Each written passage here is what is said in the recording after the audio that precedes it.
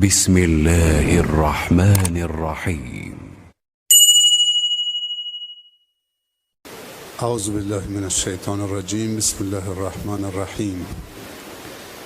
الحمد لله والصلاة والسلام علی رسول الله و علی آله و اصحابه و من والاه. اما بعد، السلام علیکم و رحمت الله تعالی و برکاته.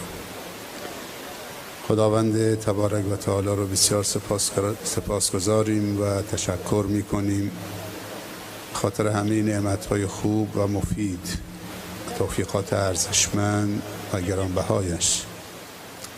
با ارزشترین توفیقات الهی، توفیق هدایت به دین مبین اسلام. هدایت به دین مبین اسلام یعنی هدایت به همه خواسته های خوب خداوند از ما انسان ها، یعنی هدایت به همه خواسته های خوب ما انسان ها، یعنی هدایت به همه خیرات و برکات دنیا و آخرت. در یک جمله، حسن الخاتمه در همه امور و شؤون زندگی. اعوذ بالله من الشیطان الرجیم. و ما بکم من نعمت فمن الله و ان تعدوا نعمت الله لا تحصوها و ان شکرتم لازیدنکم. خیلی خوشحالم و خرسند از اینکه در این شب بسیار مبارک، در این هوای مطبوع و بسیار مطلوب و عالی، در این فضای بسیار ارزشی و معنوی، اون هم در کنار خانه خدا و در جمع بسیار صمیمی و دوست داشتنی، در جمع برادران و خواهرانی که دوست داشتنشون جزو کمالات ایمانه و به دوست داشتنشون انسان به خدا نزدیک میشه. اگر که محبت و دوستی بندگان نیک خدا از ایمان نباشه، پس قطعا دوست داشتن ظالمین و مستکبرین و فاسدین و مفسدین و منافقین و کفار انسان باش به جایی نمی رسد. نگاه در صورت برادر و خواهر مؤمن عبادت هست.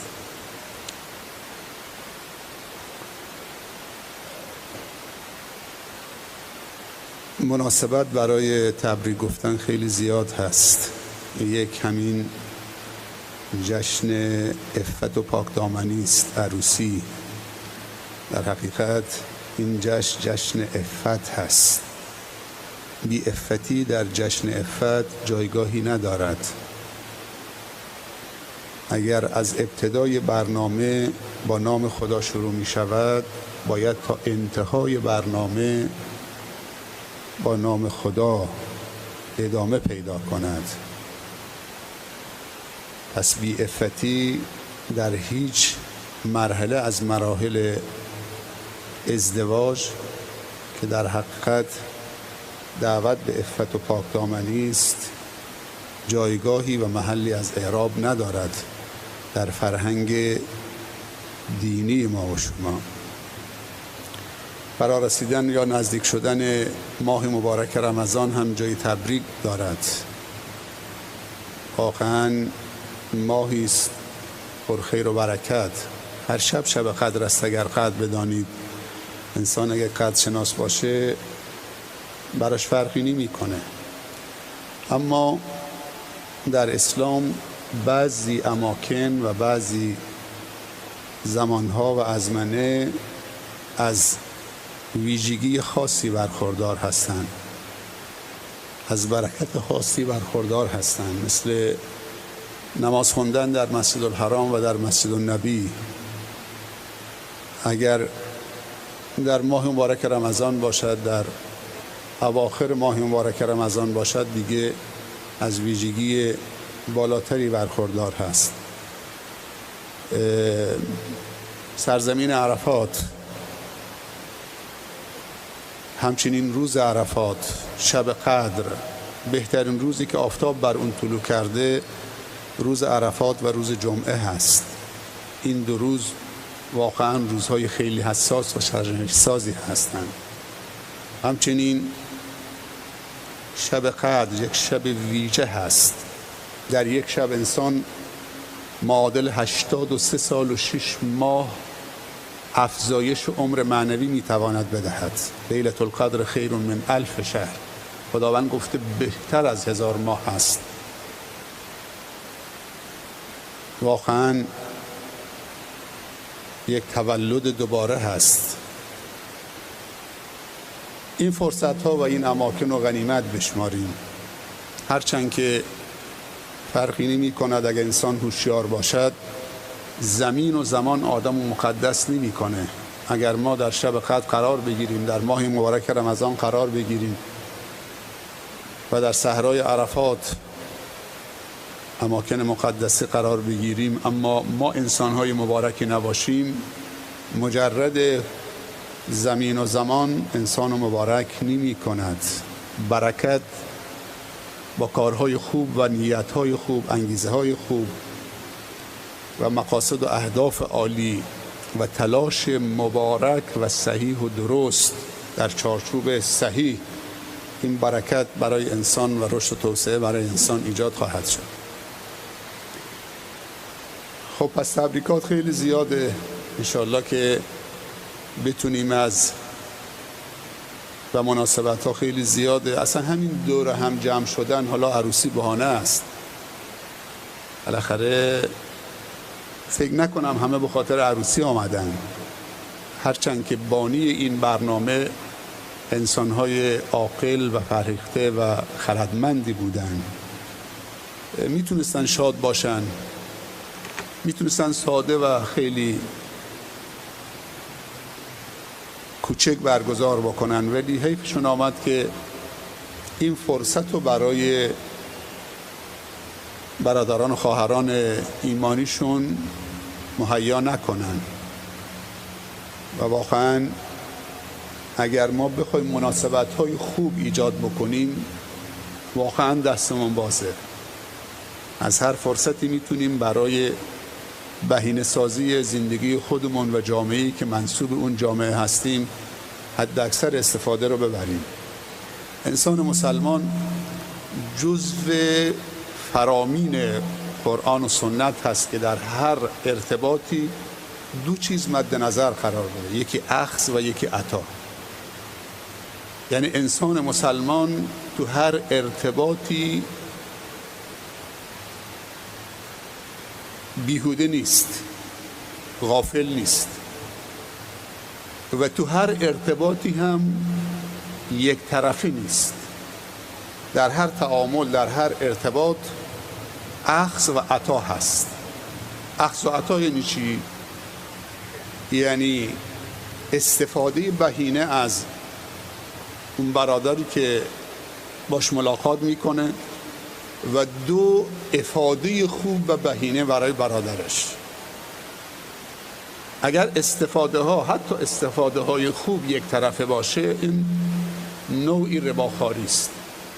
رباخواری یعنی سود یک جانبه، یعنی سوء استفاده از دیگران. ما از تجارب دیگران برای توسعه خودمون استفاده میکنیم، برای کیفیت بخشی به خودمون و زندگی خودمون استفاده میکنیم، از علمشون، از فهمشون، از شعورشون، از هوششون، از استعدادشون، از علمشون، از تجربهشون، از اخلاق و ایمان و محبتشون، ولی خودمون حاضر نیستیم یه چیزی به اونها بدیم. این استفاده یک طرفه رو بذارید کنار.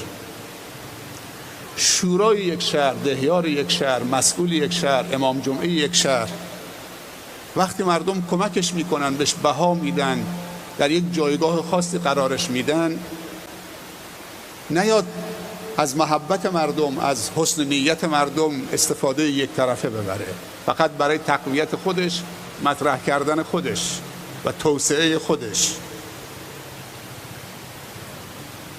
بعضا مشاهده شده شورا برای اینکه شهر و روستا رو توسعه بده، آماده خودش رو توسعه داده، وارد رانت شدن، وارد معاملات عجیب غریب شدن. میبینید که هیچ توسعه و تعالی و پیشرفتی و آباد و عمرانی تو اون منطقه نبوده. اینا همش نوعی رباخواری است، استفاده یک طرفه در حقیقت سوء استفاده است. اگر این تعهد در قبال همدیگه داشته باشیم، در هیچ ارتباطی ما بیهوده نیستیم، خسران نیستیم، زیانکار نیستیم. وقتی برادر من تقویت میشه یعنی خود من تقویت میشم. وقتی دوست من تقویت میشه یعنی من دوست قوی دارم. وقتی دوست من آگاه باشه، بیدار باشه، همشهری من، اون کسی که تو جامعه با من زندگی میکنه، یعنی من یه جامعه قوی دارم، پویا دارم. این نگاه و تسری ببخشیم، این نگاه رو به نمایش بگذاریم. دنیا میدانی است برای به نمایش گذاشتن هنرهای زیبا. دنیا میدانی است برای به نمایش گذاشتن شکر خدا. دنیا میدانی است برای به نمایش گذاشتن عاطفه‌های زیبا، مهرورزی، خیرخواهی. از همدیگه سبقت بگیریم. سابقوا الی مغفرة من ربکم. رقابت‌های سالم ایجاد بکنیم. همین رقابتی که برادرم آقای بهور بین این بچه‌های عزیز ایجاد کرد.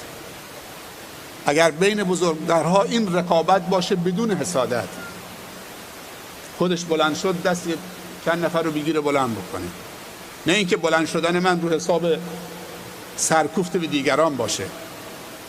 این معانی رو در جامعه اخلاق، در جامعه چه ترویج بدید. دین کامل شده، نیاز به تکمیل شدن نداره. الیوم اکملت لکم دینکم و اتممت علیکم نعمتی و رضیت لکم الاسلام دینا. دین نیاز به تکمیل نداره، دین نیاز به نشر داره. قواعد زندگی، فرمولهای زندگی از تو لابلای مصحف در بیاریم و عملی بکنیم و میدانیش بکنیم، پیادش بکنیم. قرآن‌های متحرکی باشیم که روی زمین داریم راه میریم.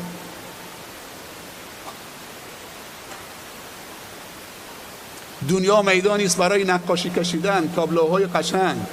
این تابلویی که تقدیم کردن چقدر زیباست.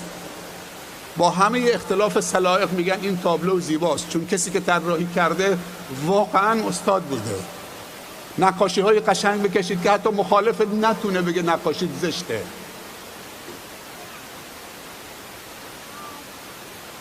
تابلوهای زیبا بکشید. فرصت خیلی زیاده برای انسان. بهترین مقطع عمر انسان از 20 تا 50 ساله. از تولد تا 20 سالگی باید برات هزینه بکنن. مصرف کننده هستید. از 50 به بالا هم باید برات هزینه بکنن. مصرف کننده هستید. این 20 تا 50 عمر تولید انسانه. دوتا مصرف کننده هستید. مقطع تولیدت این 30 ساله. واقعا تولید کننده باش. ایده های خوب، افکار خوب، طرح و برنامه خوب. کسی که هدف نداره برنامه نداره. کسی که برنامه نداره تلاش نداره. کسی که اهدافش کوچکه، گامهاش هم کوچکه، قدمهاش هم کوچکه. خودتون رو کوچک نکنید در این روستای حسینه. درست حسینه است، حسینه حسنی نباشه که مانع بزرگ شدن شما باشه.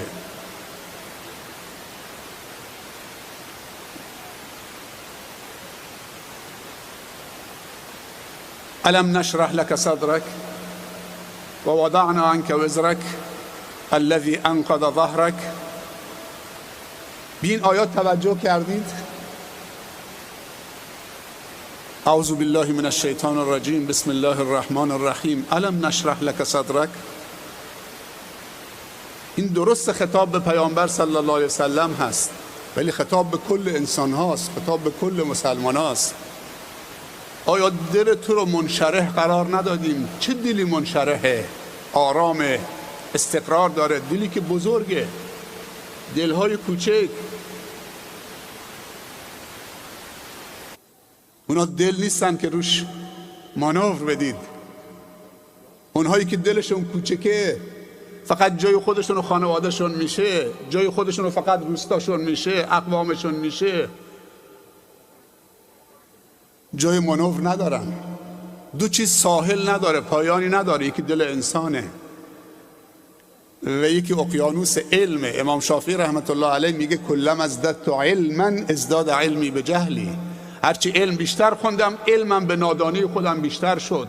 علم دنیایی است، اقیانوسی است که ساحل نداره. دل انسان شاید این مسجد ظرفیتش برای 500 نفر باشه، سالونی که توش بودیم برای 100 نفر باشه، اما دل انسان برای 1 میلیارد، 2 میلیارد، 10 میلیارد بازم چه؟ احساس نفس تنگی، فشار تو سینه نمی کنید. دلتو بزرگ کن. 3 چیز نشانه انشراح صدره. الم نشرح لک صدرک. اگه میخوای این آیه شامل تو باشه، علما میگن 3 چیز عامل انشراح صدره. یکی صبور بودن. صبورید؟ استقامت دارید؟ انسان چند چیز داره. یکی استطاعته، این توان عادیه. 2 طاقته، قبلش توان عادی، بعدش استطاعت، بعدش طاقت، بعدش فوق طاقت. خداوند فوق طاقت رو تکلیف نمیکنه. اون چیزی که فوق طاقت ماست خدا از ما نمیخواد.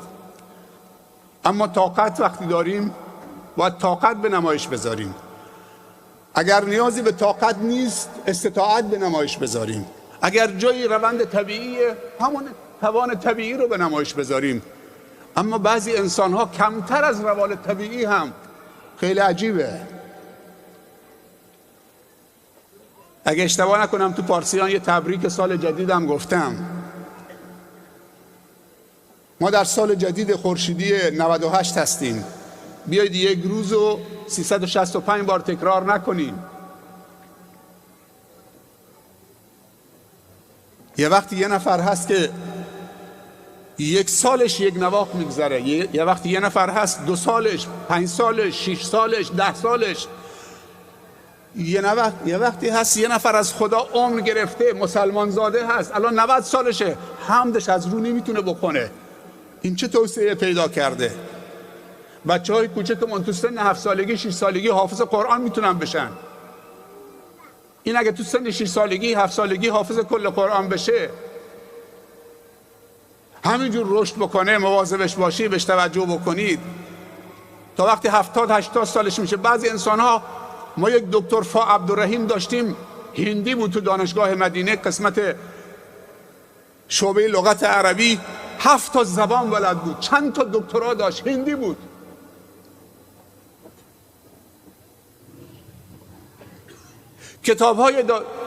کتاب‌های قسمت شعبه لغت عربی برای غیر ناطقین عربی دانشگاه اسلامی مدینه خودش نوشته بود. دکتر فا عبدالرحیم هندی بود، خدا یارش باشه اگه زنده هست، استاد ما بود. 6-7 تا دکترا، 6-7 زبان. چقدر اینا میتونن توسعه پیدا بکنن؟ پیامبر صلی الله علیه و سلم میفرماید اگر مسلمانی 2 روزش 1 نواخت بگذره، این خسران دیده. 2 روز مسلمان نباید چه مثل هم باشه، باید متفاوت باشه.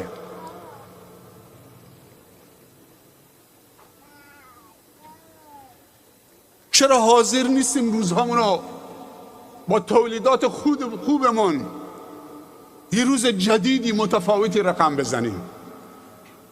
بعضی انسان ها برای خودشون هم حرفی برای گفتن ندارن. وقتی نگاه آینه میکنن، روبروی آینه میستن، حرفی ندارن، مجبورن تو آینه هم نگاه نکنن، سرشون بندازن پایین. اما بعضی برای جامعه کوچک خودشون، بعضی برای شهرستان خودشون، بعضی برای استان خودشون، بعضی برای کشورشون، بعضی برای بشریت، دنیا حرفی برای گفتن دارن.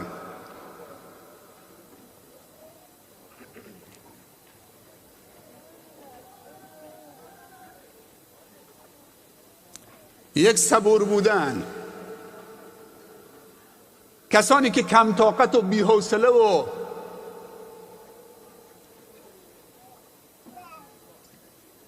منفعلن و زود از کوره در میرن، اینها نمیشه وصف بزرگی بهشون داد. اینها صاحبان دلهای کوچکن. انسانهای بی طاقت، بی حوصله، زود از کوره در میرن، عصبانی میشن، کم میارن، اینا نمیتونن مصلح باشن. اینا نمیتونن مربی باشن. اینا نمیتونن معمار باشن، معمار انسانی. اینا نمیتونن امام جمعه باشن. امام جمعه‌ای که فکر میکنه وقتی تریبون گیرش میفته باید مردم رو بکوبه. فکر میکنه که این منبر کوبیدنه، مسائل شخصی گفتنه. و ان المساجد لله فلا تدعوا مع الله احدا. کسی حق نداره در خانه خدا روی منبری که خدا زیر پاش قرار داده جز تعریف و تمجید از و عظمت خدا و رسول خدا و دین خدا چیز دیگه بگه.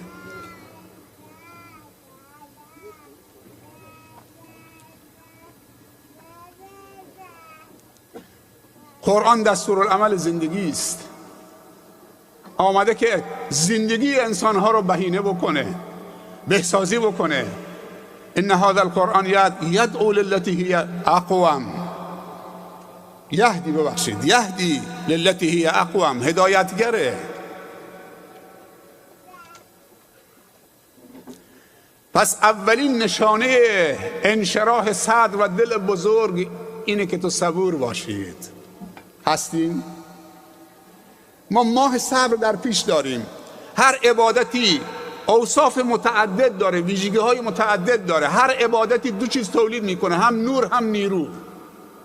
خاصیت عبادت ها اینطوریه، هم نور تولید میکنه هر عبادتی، راهو میدرخشانه، هم نیرویی که بتونه در اون راه درخشان و روشن تو گام های استوار بردارید. هر چیزی که نور و نیرو تولید نکرد در پیمودن راه های درست، اون معصیته. و خاصیت هر حرام و معصیت یا هر حرام سه چیزه: یک، ضرر، دو، نجس بودن و سه، فاسد بودن. هیچ حرامی در اسلام حرام نیست و معصیت نیست مگر اینکه یا هر ستا داره یا یکی از این ستا داره. و هر چیزی که به 5 چیز انسان ضرر برساند در همه ادیان آسمانی ممنوعه: ضرر به عقل، ضرر به حیثیت و شرف و آبرو، ضرر به مال، ضرر به دین، ضرر به نسل. بر این قاعده ها شما زندگیتون رو با وقتی سوال میکنن قلیون چیه؟ حکمش چیه؟ سیگار حکمش چیه؟ حرامه؟ تنباکو حکمش چیه؟ حرامه؟ عرضه بکنید بر این 5 تا ضرر. نگاه بکنید نجاست داره؟ نه، نجاست نداره. یه برگ درخته، برگ یه بوته‌ایه. اگه تو جیبت هم باشه این برگ، نماز بخونید چه رو سجدگاهت هم بیفته، نمازت باطل نیست. نجس نیست. آیا هر چیزی که نجس نیست حرام نیست؟ فساد داره یا نداره؟ اگر فساد نداره ضرر داره یا نداره؟ ضرر به عقل میرسونه یا نمیرسونه؟ ضرر به دین میرسونه یا نمیرسونه؟ اگر شیخ شما یه سیگاری الان براش روشن بکنن روی منبر، تو جلسه استراحت روز جمعه بین 2 تا خطبه یه سیگار روشن بکنه، همون نمازگزارا با کفش میزنن تو صورتش، یقش میگیرن ولی خودشون سیگار میکشن تو جیبشونه. چه فرقی میکنه؟ اگر برای شیخ درست نیست، برای تو چی داره درسته؟ اگر تو داری انکار میکنید بگه مسلمان شیخ و ملا و پیغمبر و فلان داره، رسول الله صلی الله علیه و سلم به فاطمه زهرا میگه که ای دختر پیامبر، ای فاطمه، روز قیامت نیای بگی من دخترتم، پاره تنم، ای علی پسرم موی من، ای عباس، ای فلان، ای فلان، ای جعفر، یکی میشماره از اقوامشو. روز قیامت نیای بگی من پسرتم، من دخترتم، من عموتم، من پسر عموتم. اونجا کار به عمل برمیاد. حسب و نسب جایگاهی و محلی نداره.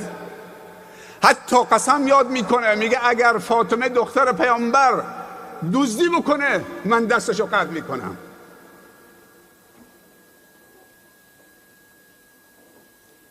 کاری نداره به شیخ و ملا و سید.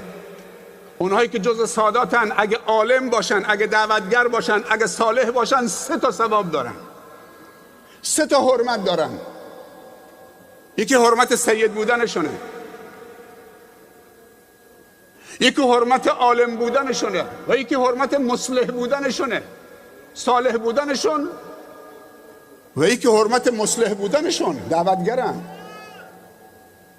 ولی اگر تقوا نداشته باشه، یه سید لات شرابخواری باشه، باید جلوش بلند شد، چون سیده. کجاش سیده؟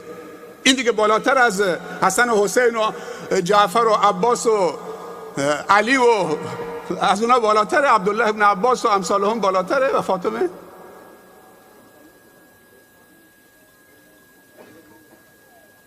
این القاب که آدمو،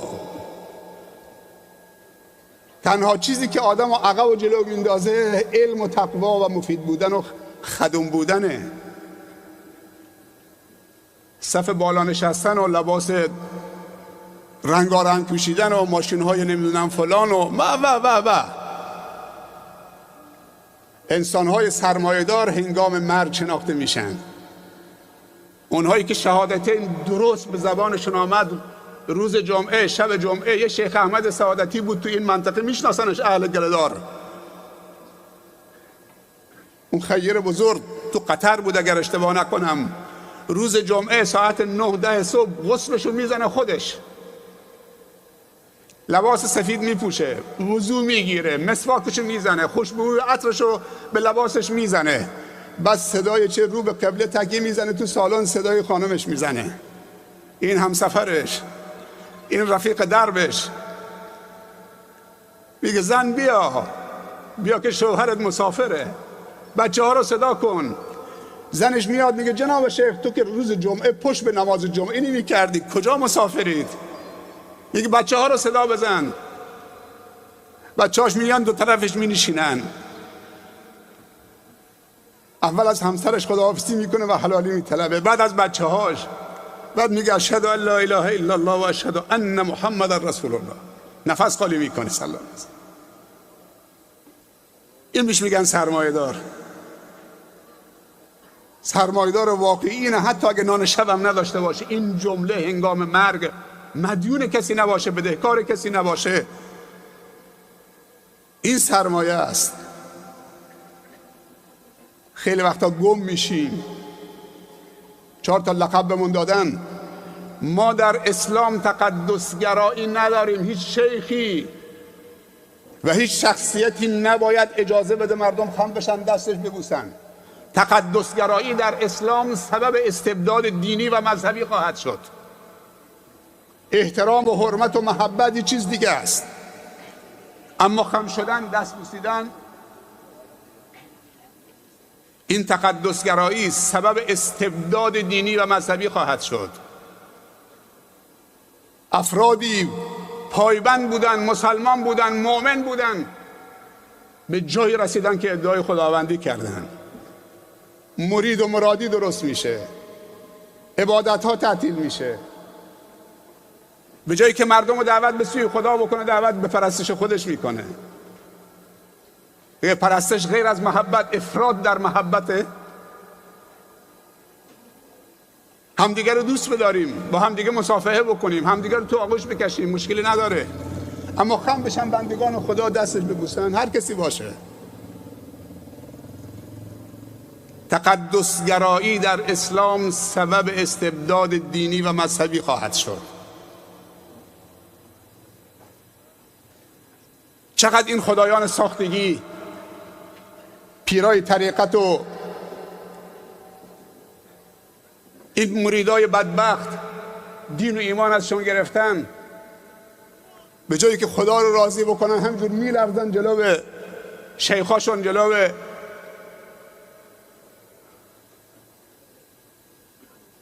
این قلب باید آزاد بشه. آزادی این قلب عبادت رب العباد داخل بشه.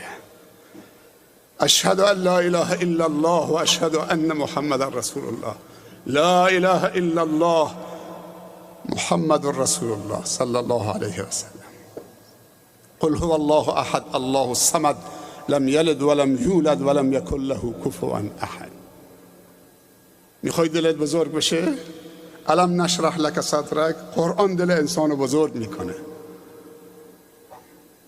الا به ذکر الله تطمئن القلوب، ایمان، عقیده و توحید، صبور بودن، اونم به خاطر خدا.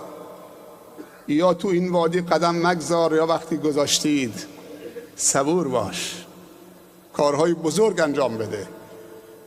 من خیلی وقت پیش آمدم اینجا، این روستا من خاطرات زیادی دارم.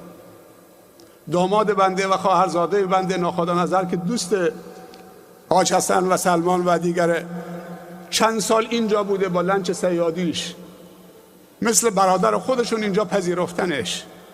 سالهای سال اینجا بوده. خواهرزاده بنده محمد امین نظرزاده سالهای سال اینجا بودن.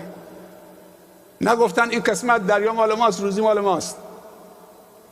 آمدن اینجا، تحویلشون گرفتن، مثل یک برادر روابط خانوادگی داریم. امروز در حقیقت من آمدم عروسی برادرزادم تقریبا، داوود. اون زمان این روستا کوچک بود، الان خیلی بزرگ شده. بزرگی با حد و مرز جغرافیایی نیست. بزرگی یک جامعه با مردان بزرگی است که در اونجان انسان‌های بزرگ در یک جامعه سبب بزرگی یک جامعه میشن، نه حد و مرز جغرافیایی. بزرگی یک جامعه نفت و گاز هم نیست.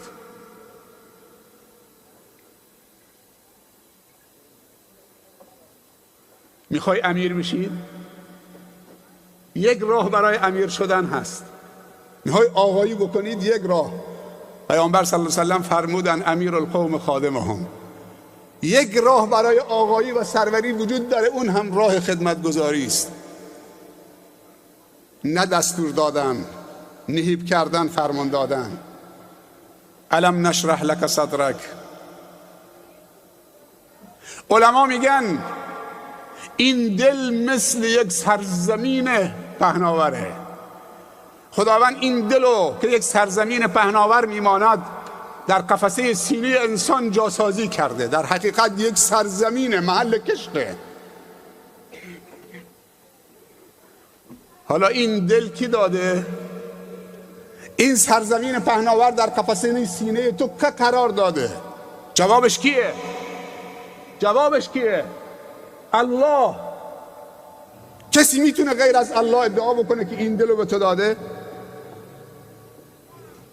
اگر الله بخشنده این دل، این سرزمین پهناوره، پس ما حق نداریم باغبانی این دلمونو به کسی غیر از الله بدیم. الله هم باید باغبان دل ما و شما باشه. وقتی اجازه میدی به الله که باغبانی دلت بکنه، الله بوته های گل خوشرنگ و خوشبو میکاره. هر حرف قرآن یک بوته گل محمدی است که ازش گلاب میگیرن. بهترین گلاب در کاشانه.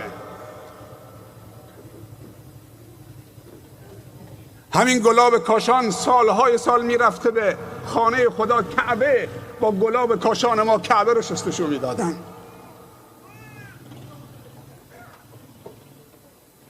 اگر باغبانی دلمون رو به الله بدیم و الله باغبان دلمون باشه، هر نقطه پهناور این زمین پهناور که دل ما و شما باشه یک بوته گله، هم خوشرنگ و جذاب و هم خوشبو و معطره. اما اگر خدای ناکرده این سرزمین پهناور رو به ابلیس و شیطان دادید، بذر چی میکاره؟ اگه باغبان دل ما و شما ابلیس و شیطان شد، بذر کینه، نفاق، شهوت، معصیت، فساد، ظلم، تباهی، گناه، خیانت، غدر، حسادت. دیگه هر روز باید سینت اینطوری بگیرید. این سینه رو میفشاره تو. معصیت سینه انسان دل تو سینه میفشاره. سیاه رگ ها اگر فعال شدن، خونهای فاسد و وارد چه قلب تو میکنن. پیامبر صلی الله علیه و سلم میگه که یک پارچه گوشی در قفسه سیر توست که اون دل اسمش قلبه. اذا صلح صلح الجسد کله و اذا فسدت فسد الجسد کله الا و هی القلب. یک تکه گوشی به اندازه کف دست اگر صالح شد، اینجاست که خون پمپاژ میکنه، خون معنوی که حیات ما به اون مرتبطه. اینجا نباید لانه شیطان باشه. انسان مسلمان باید مثل قطره باران باشه، همونطور که پیامبر ما صلی الله علیه و سلم رحمتا للعالمین بود و ما ارسلناک الا رحمتا للعالمین. پیامبر صلی الله علیه و سلم رحمت برای انسان ها نبود، برای مسلمان ها تنها نبود، برای همه انسان ها بود. برای انسان ها تنها نبود، برای کل عالمیان بود. واقعا برای همه رحمت بود. میازار موری که دانه کش است، که جان دارد و جان شیرین خوش است. همون پیامبری که درباره خون انسان و حرمت خون انسان و حیات انسان آنچنان صحبت کرده و آبروی انسان و مسلمان. همون پیامبر در ریختن خون حتی حیوان حلال گوشت. ان الله كتب الاحسان على كل شيء. خدا نیکی و احسان و مهربانی رو بر هر چیزی نوشته. فاذا ذبحتم فاحسنوا الذبح واذا قتلتم فاحسنوا القتله وليحد احدكم شفرته وليرح ذبیحته. یه زمانی من بچه بودم، نحوه ذبح مرغ و خروس رو فکر میکنم هنوز تو زیر چشممه. به جایی که زبان مرغ و خروس رو بیرون می آوردن، با یه سیخ درخت نخل می زدن تو زبان رو قفل می کردن که زبان بر نگرده تو حلقوم، که ذبح شرعی بکنن. کی گفته تو؟ مرغ و خروس زنده اینطوری ذبح می کردن، سیخ می زدن زنده تو زبانش، قفل می کردن منقارش که این زبان بر نگرده هنگام ذبح. تو حق ندارید. پیامبر میگه وقتی میخواید حیوان حلال گوشتی رو ذبح بکنید، کار تو چه؟ کار دو تیز کن که تا گذاشتی چه قطع بکنه و حیوان رو عذاب نده. کسی حق نداره با کارد اره حیوان حلال گوشت بکشه. یک ضربه تمام شده مثل باریکی لب شمشیر تا زد قطع بکنه اون ودجین، اون دوتا مهره ها رو.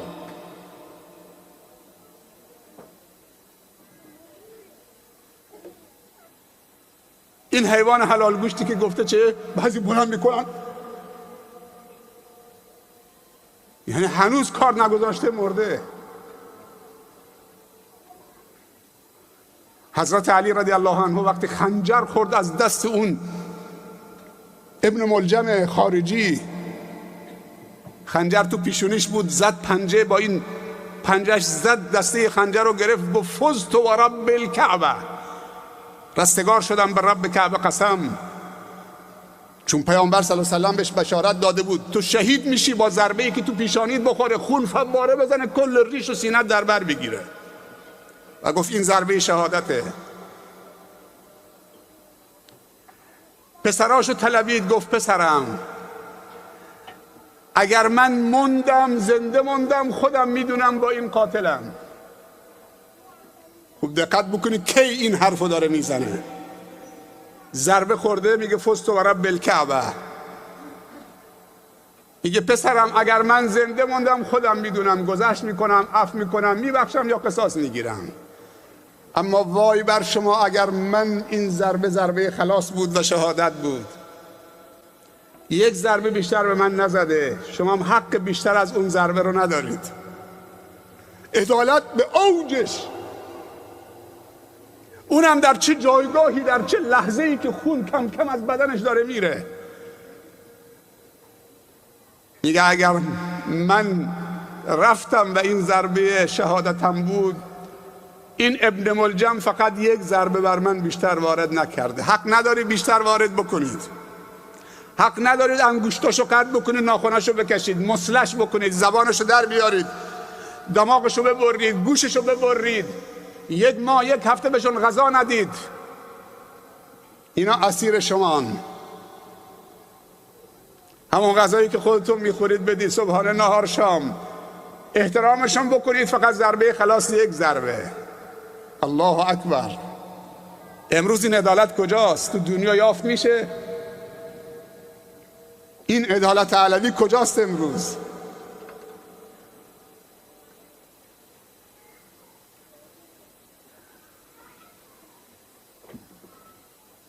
اونها انسان‌های بزرگ بودن که مسیر تاریخ بشریت رو رقم زدن، صبور بودن.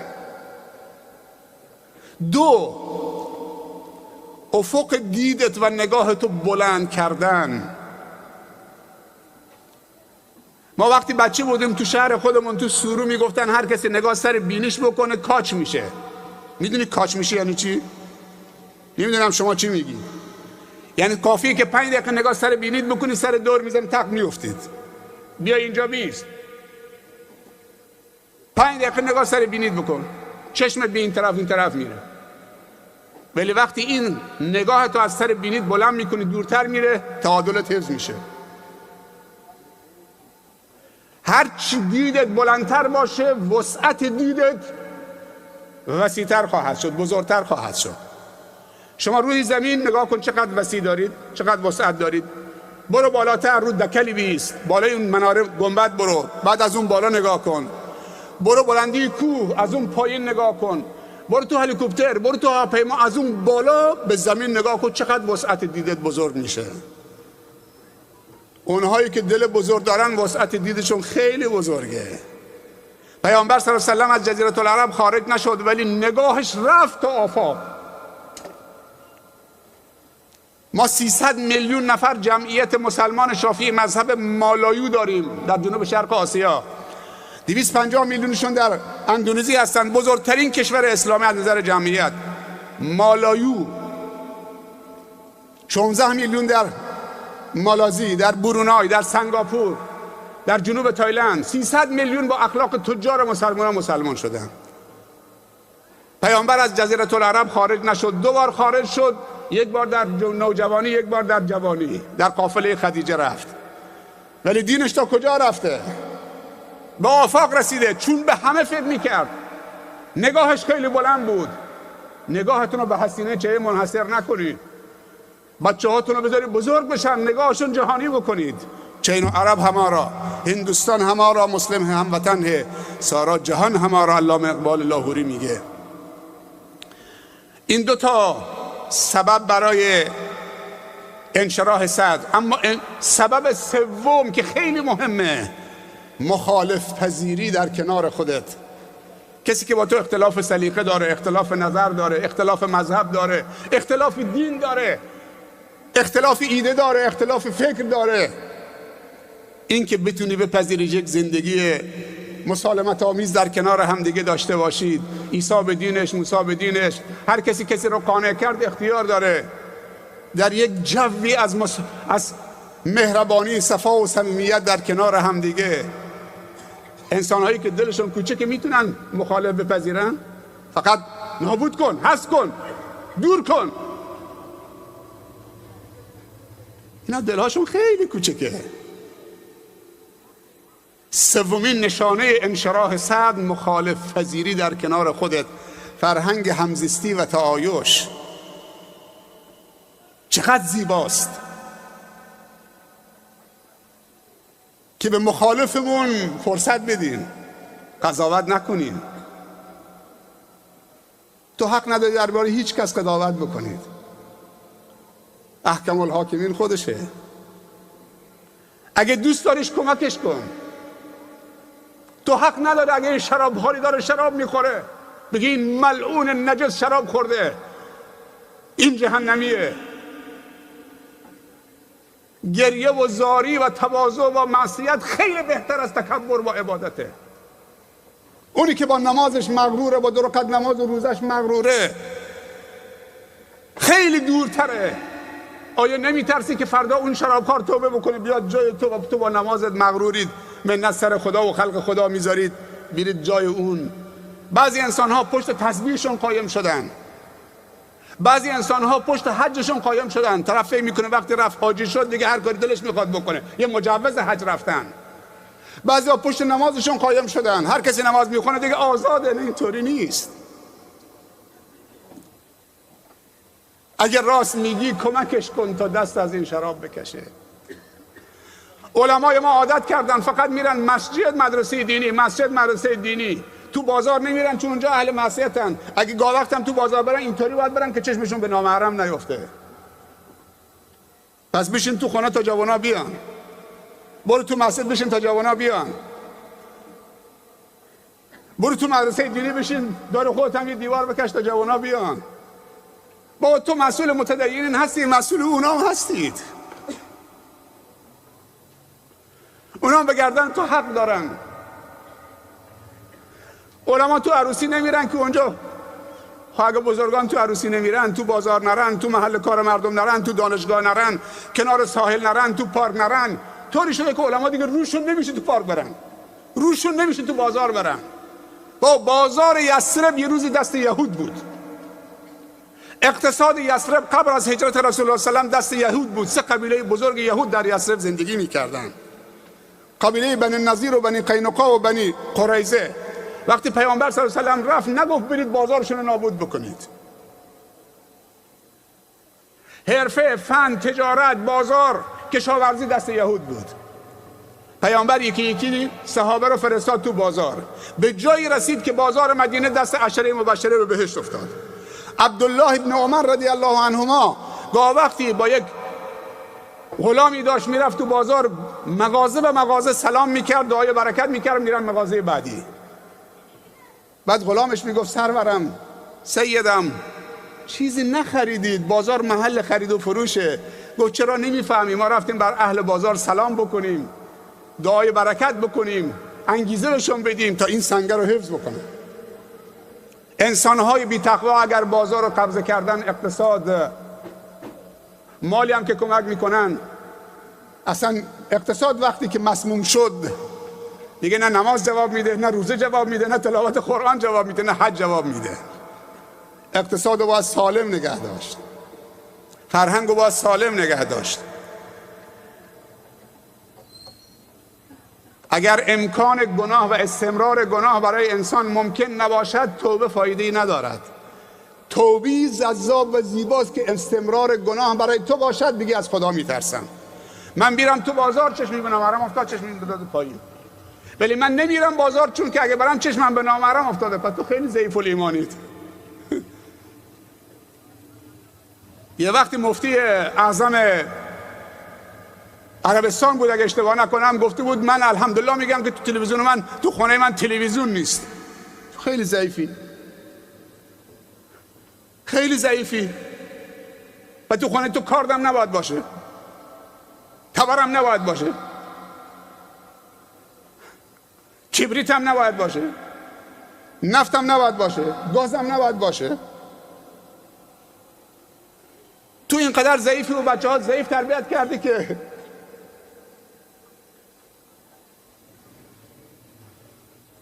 و این معاذ الله کجاست؟ و معاذ الله کجاست؟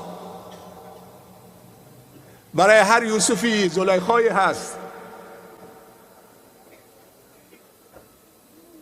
زلیخا به یوسف گفت هی تلک، گفت معاذ الله انه ربی احسن مثوای. پدیده ها رو نمیشه از همه گرفت، جمعش کرد. پدیده ها باید جهت داد. اینترنت پدیده هست، فضای مجازی، این امکاناتی که الان هست، همین امکاناتی که اینجاست الان این برنامه رو جهانی کرده، آنلاین داره پخش میشه دنیا به زبانهای مختلف. حداقل 150 میلیون نفر فارسی زبان دارن مشاهده میکنن. چقدر فایده داره؟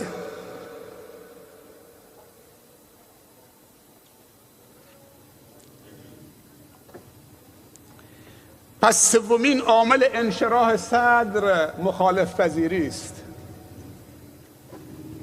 بیایم در کنار هم زندگی بکنیم. تشنج و تقابل و افراطیگری و خشونت و حذف و محرم و نامحرم و اینا رو دور بریزیم.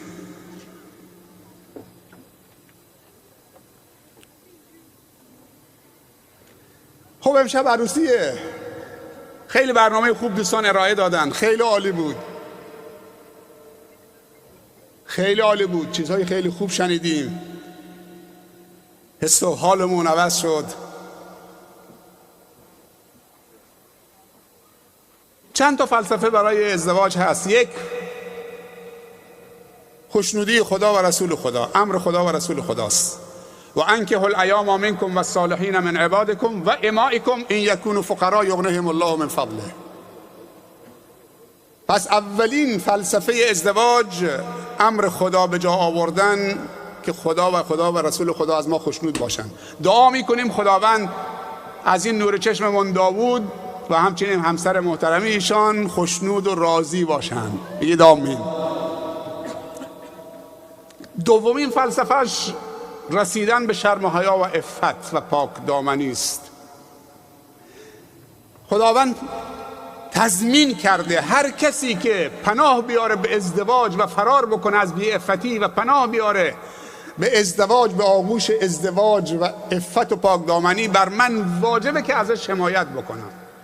خداوند تعهد داده، گفته بر من واجبه که ازش حمایت بکنم. اگر فقیر بود از فضل خودم، نگفته از مال دیگران، از فضل خودم اونو غنی میکنم.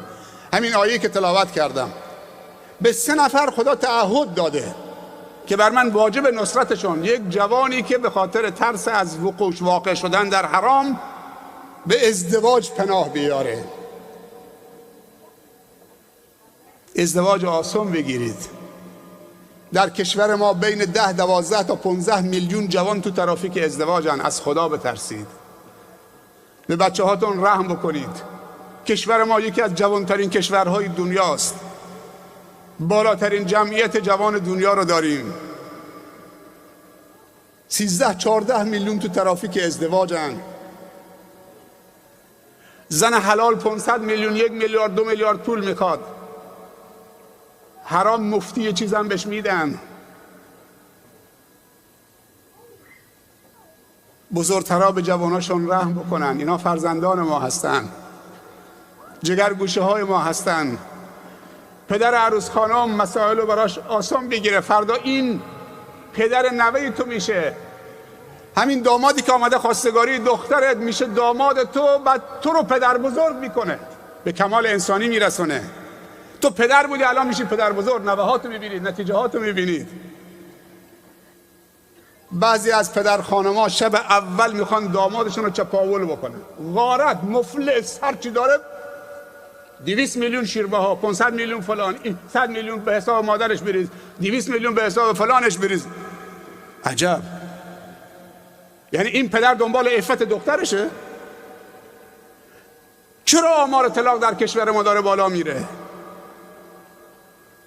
در یک روستایی شاید در جنوب ایران، خب من 15 سال قبل از انقلاب بودم، باقیشم تو انقلاب اسلامی بودم. از هر 4 ازدواج چند سال پیش 1/4 منجر به طلاق بود. الان کم کم داره میرسه به نصف. یعنی ما در سال چیزی حدود بین 700 تا 800 هزار ازدواج در کشور داریم. این آمار چند سال پیشه. از اون طرف از هر 4 ازدواج 1/4 منجر به طلاق میشه زیر 2 سال ازدواج. شاید در جنوب ما، در استانهای جنوبی، در سال میگذشت 50 تا طلاق نبود. تو استان هرمزگان بین شیعه و سنی، بین همه. الان تو یک روستا، نمیگم کجاست، 2500 نفر جمعیتش، 30 تا طلاق تو یک روستا. امام جمعه میره روی منبر گریه میکنه. چرا گریه میکنید؟ وقتی دعوت شدی به سفره عقد، اگه گفت مهریه 500 مسکال یا سکه طلا، اونجا تو بلند شو بگو من همچی عقدی رو نمی نویسم. رفتم پیش اون عالم، ننوشت. همطوری دست دختر حرام رو میگیره میبره تو خونش. نه، به اندازه سال تولدش 1300 و فلان سکه. 20,000 نفر زندانن به خاطر مهریه. نه همش فریبکاریه. بابا هدف عفته که جوانای ما آرام و قرار بگیرن، استقرار پیدا بکنن، جشنشون بگیریم، شاد بشیم، بتونیم مردم رو دعوت بکنیم، دعای برکت براشون بکنن. پیامبر صلی الله علیه و سلم میفرمایند هرچه آمار ازدواج بالاتر بره، آمار جرم و جنایت و ناامنی و اینا پایین میاد. اینا رو پایین بیاریم. چطوری آمار ازدواج بالا میره؟ زمانی که مهریه کم باشه، خرج و مخارج عروسی کم باشه، عروسی سبک باشه. پیامبر صلی الله علیه و سلم فرموده با برکت ترین زنی که مخارج عروسیش سبک باشه. خب پدر عروس، پدر داماد همه مسلمانن، یعنی نمیخوای دعای برکت پیامبر نصیبت بشه؟ کمک بکنید عروسی های جمعی. من پیشنهاد میدم با حاجی سلمان، با حاجی حسن، دفعه دیگه وقتی میخوان عروسی برگزار بکنن توی این منطقه اینجا 20 نفر داماد بگذارن، جمع بکنن. بچه های روستا اینجا نبود، روستاهای اطراف مدیریت بکنن، هر 4 ماه یک بار عروسی جمعی. من چندی پیش داخل رمکان جزیره بودم، 41 داماد، به جای یک نفر 41 داماد نشسته بودن یک شب. این کار فرهنگی بزرگ خدا ازتون راضی میشه. کمتر از جهاد نیست، کمتر از حج نیست، کمتر از عمره نیست. ولیمه یک ولیمه، برنامه یک برنامه، چقدر خوشحالی میشه. چطوری جوانای ما به عفت برسن؟ این نقطه خیلی بهش توجه بکنید. ازدواج مصلحتی نیست. بعضی مادرها، بعضی پدرها اگر با دختر عمود، با پسر عمود، با دختر خالت، با دختر عمت، با فلان ازدواج نکردی، شیر من بر تو حرام. معذرت میخوام میگه تو همسرشید، شیرم حرام یعنی چی؟ خوبی یک طرف، تقوا و خدا ترسی یک طرف، جذابیت زن و مرد برای همدیگه. در کنار خوبی و پاکی و تقوا و تدین باید زن و مرد جذابیت داشته باشن برای همدیگه تا عفت حاصل بشه. اگر دختر و پسرمون همدیگه نمیخوان، اجبارشون نکنید. بعد از 3 تا 4 تا بچه خودشون نشون میده. و غذایی که دوست نداره تو چرا وادارش میکنید؟ یه خوبی دیگه که دلش هم بخواد بهش بده. باید برای همدیگه جذابیت داشته باشن. جمال منظورم نیست، جذابیت غیر از جماله، مهر غیر از جماله. شاید از نظر تو زیبا نباشه، جذاب نباشه، ولی برای شوهری که خودش رو انتخاب کرده، اونو انتخاب کرده، براش جذابه. اجازه بدید. پیامبر صلی الله علیه و سلم میفرمایند اگر دختر و پسر که قصد ازدواج دارن بتونن جایی از بدن هم دست همدیگه، صورت همدیگه رو ببینن، تو بعضی از قبایل، در بعضی از کشورها، تو بعضی از استانهای خودمون، تو شکم مادر دختر رو به اسم فلان پسر میکنن. ندیده. میگه اگر همدیگه رو ببینن کمک میکنه که زندگیشون بیشتر تداوم پیدا بکنه. فلسفه بعدی تولید نسل. بچه رو برای خدا تعریف کن، برای رب تعریف کن چی میخوای. بعضی مادران میدونی چی تعریف میکنن؟ بچه‌ای میخوام که خوشگلتر از همه باشه تو منطقه، چشمش اینطوری باشه، گردنش غزالی باشه، چشمش گاوی باشه، ساق پاش اینطوری باشه، رنگ موش اینطوری باشه. و همه چی گفتی، چی کم میاد؟ بگو خدایا فرزندی به من بده، حتما پسر باشه، حتما پسر باشه. بگو خدایا فرزندی به من بده، فرزندی، نگو دختر پسر، فرزندی به من بده که سالم در جسمش باشه. حتما مسائل ژنتیکی رو برید، حتما آزمایش رو برید انجام بدید. استان هرمزگان یکی از استانهایی است که واقعا وقتی انسان میره مرکز تالاسمی، واقعا این دل تو سینه طاقت نمیکنید. میرن که این آزمایشگاه نمیرن و خیلی هاشون هم ازدواج فامیلی.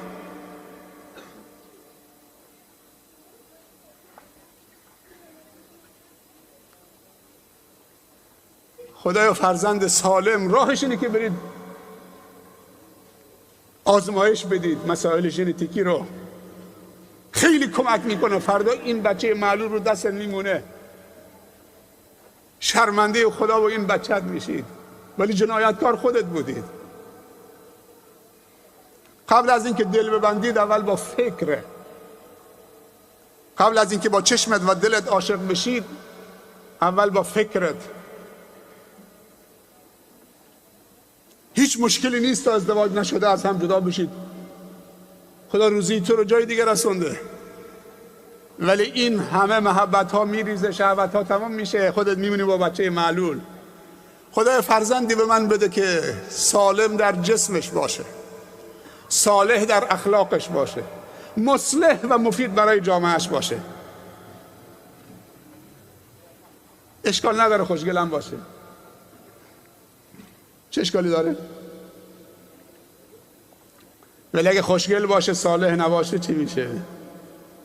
خوشگل باشه سالم نباشه چی میشه؟ خوشگل باشه جذاب باشه منحرف بشه چی میشه؟ خیلی از اونهایی که زیبان فریبشون میدن، تو برای هنرپیشگی خوبی، تو برای خوانندگی خوبی، تو برای تبلیغات نمیدونم روی شامپو و صابون لوکس خوبی، تو برای فلان خوبید، تو برای مد لباس خوبید.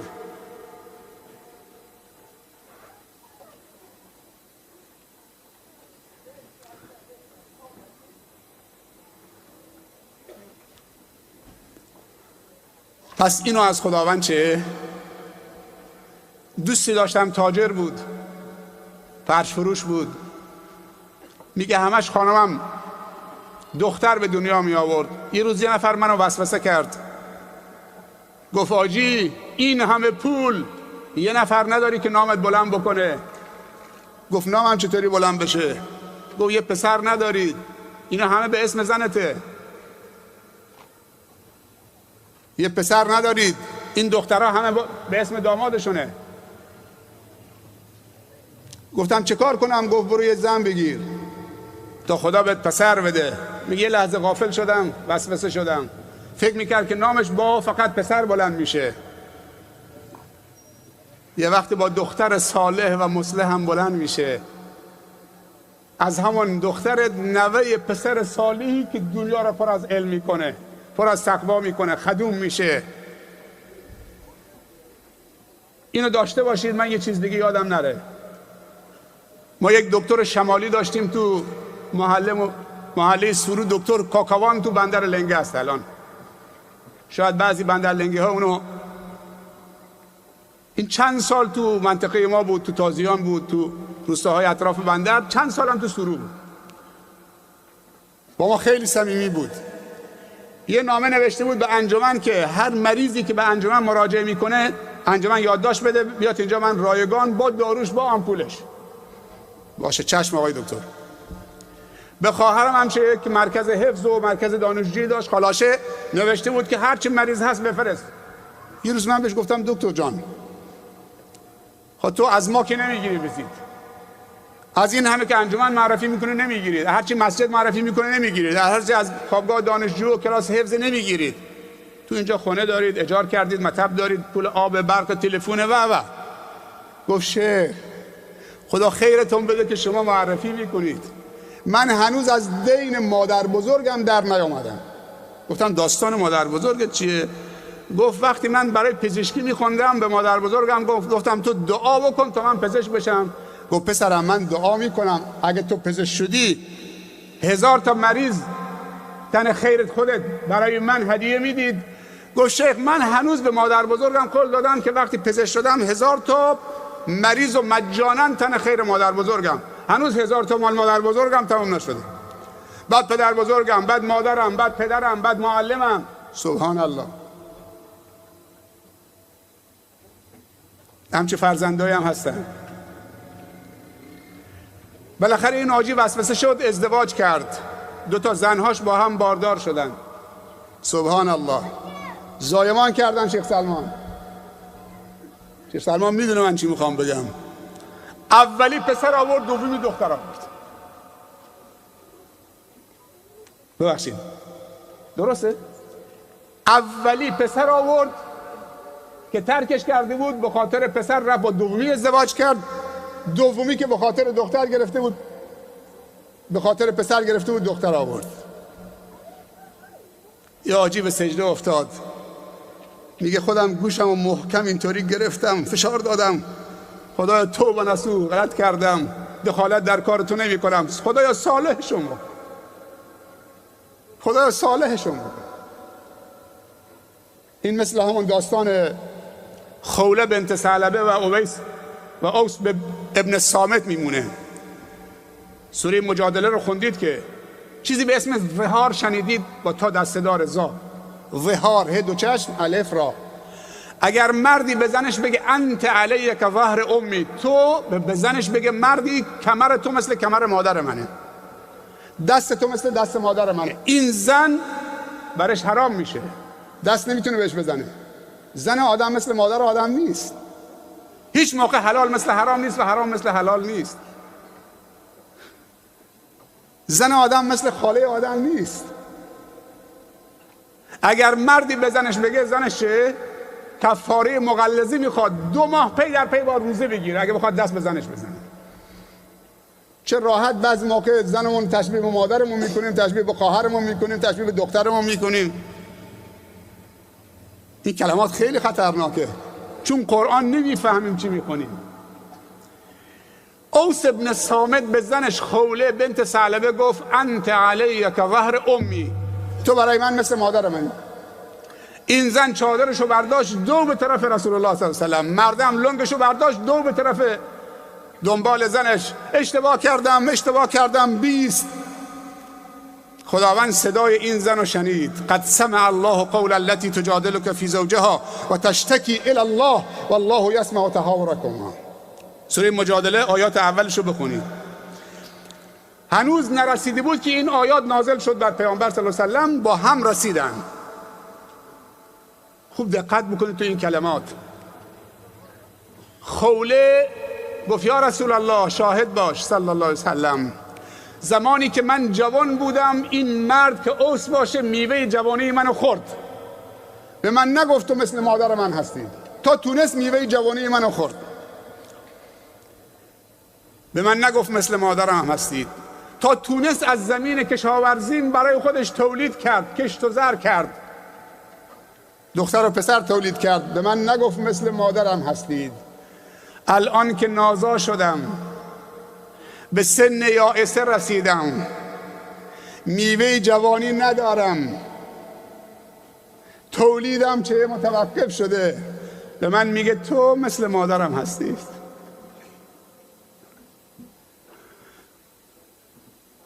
بعضی موقع چطوری ناشکری میکنی، میخوای زن بگیری برو بگیر، ولی اینطوری کفران نعمت با کسی که یک عمر با تو زندگی کرد. چه گناهی کرده که همش دخترم؟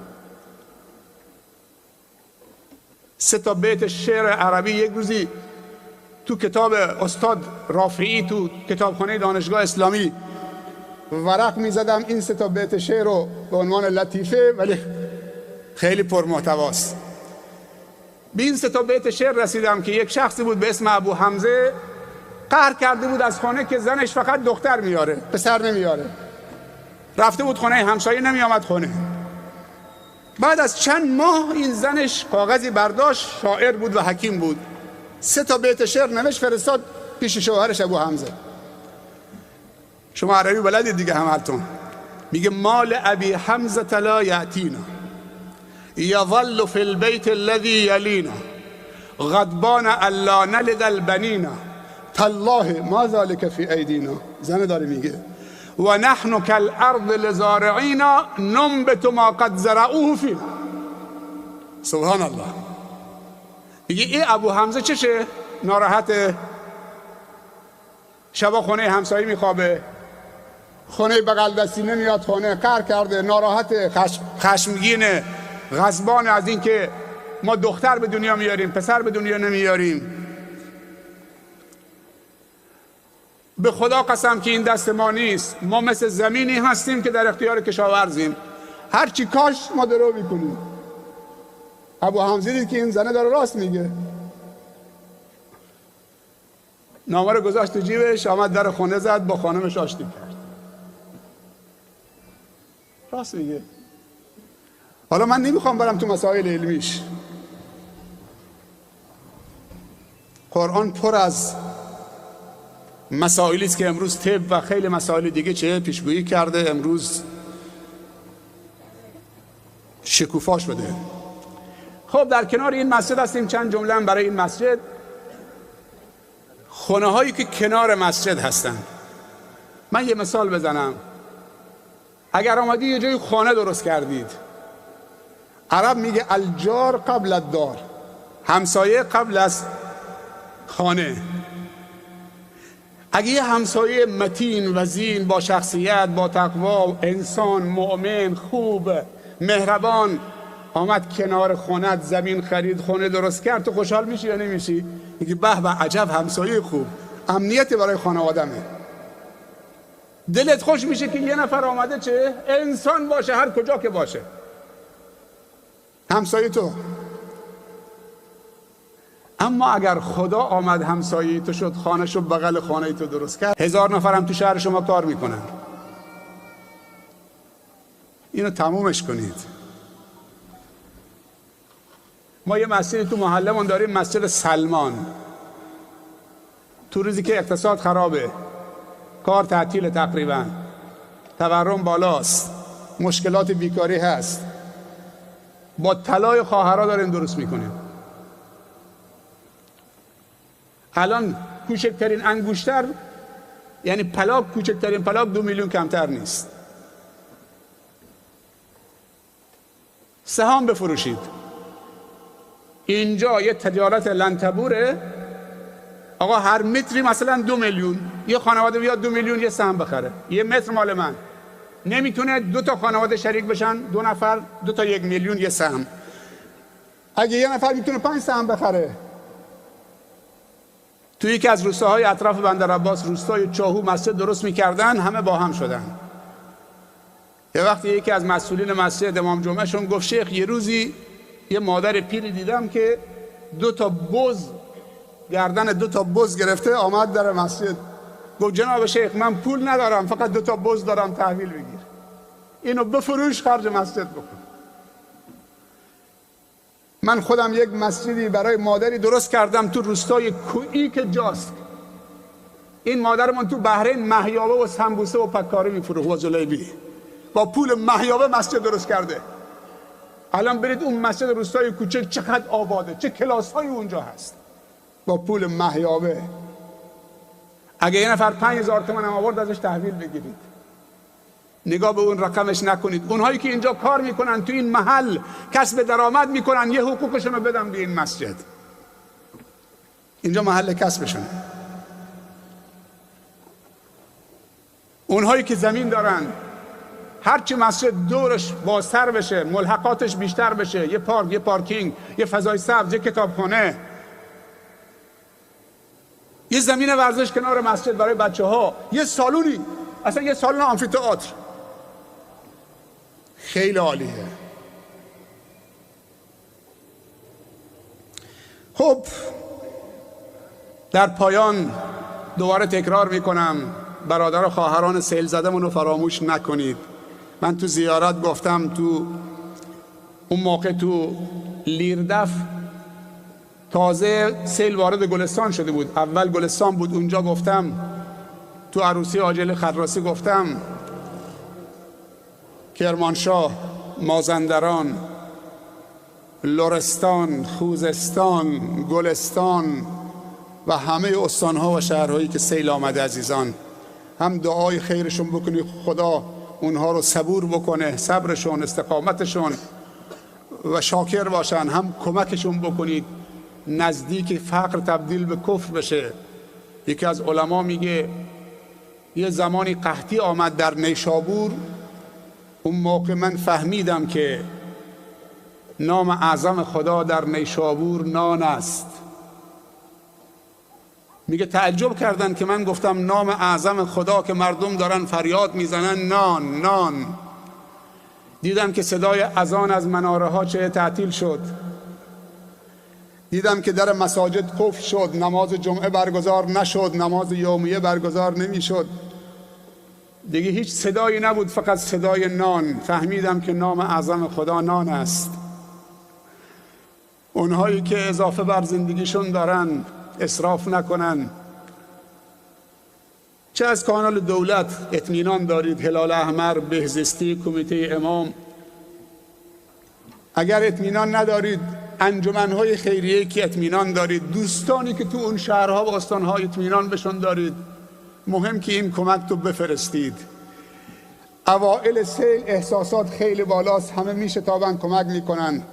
اوائل زلزله ماه اول همه میرن، ولی 1 ماه 2 ماه که گذشت احساسات میاد پایین، کم میشه، همه فراموش میکنن، مشغول خودشون میشن. اعلام کردن تو استان هرمزگان شاید سیل بیاد و آف گرفتگی. چقدر ما بی‌طاقت و بیقرار شدیم، ولی اون مساکین که هم میهنان ما هستن، تو که از مهنت دیگران بیغمی نشاید که نامد مهن آدمی. وضعیت خیلی سختی است. کل سرمایه به زندگیشون رو از دست دادن. آب بره، خونه های دیگه هم وجود نداره. چقدر مدارس متوقف شده، مخروبه شده، چقدر درمانگاه ها، بیمارستان ها، ادارات، پل ها، راه ها، جاده ها. مردم بی سرپناه شدن. سرمایه 1 عمر 60-70 سال 4 تا خش گذاشتن. 2 تا اتاق هم برای دختر و پسرشون درست کردن، دامادشون بکنن، ارثشون بکنن، همه یک جا رفت.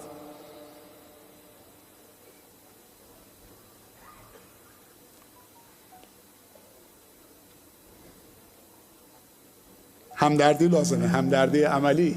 ما نقص مال من صدقه، هیچ مالی از صدقه کم نمیشه.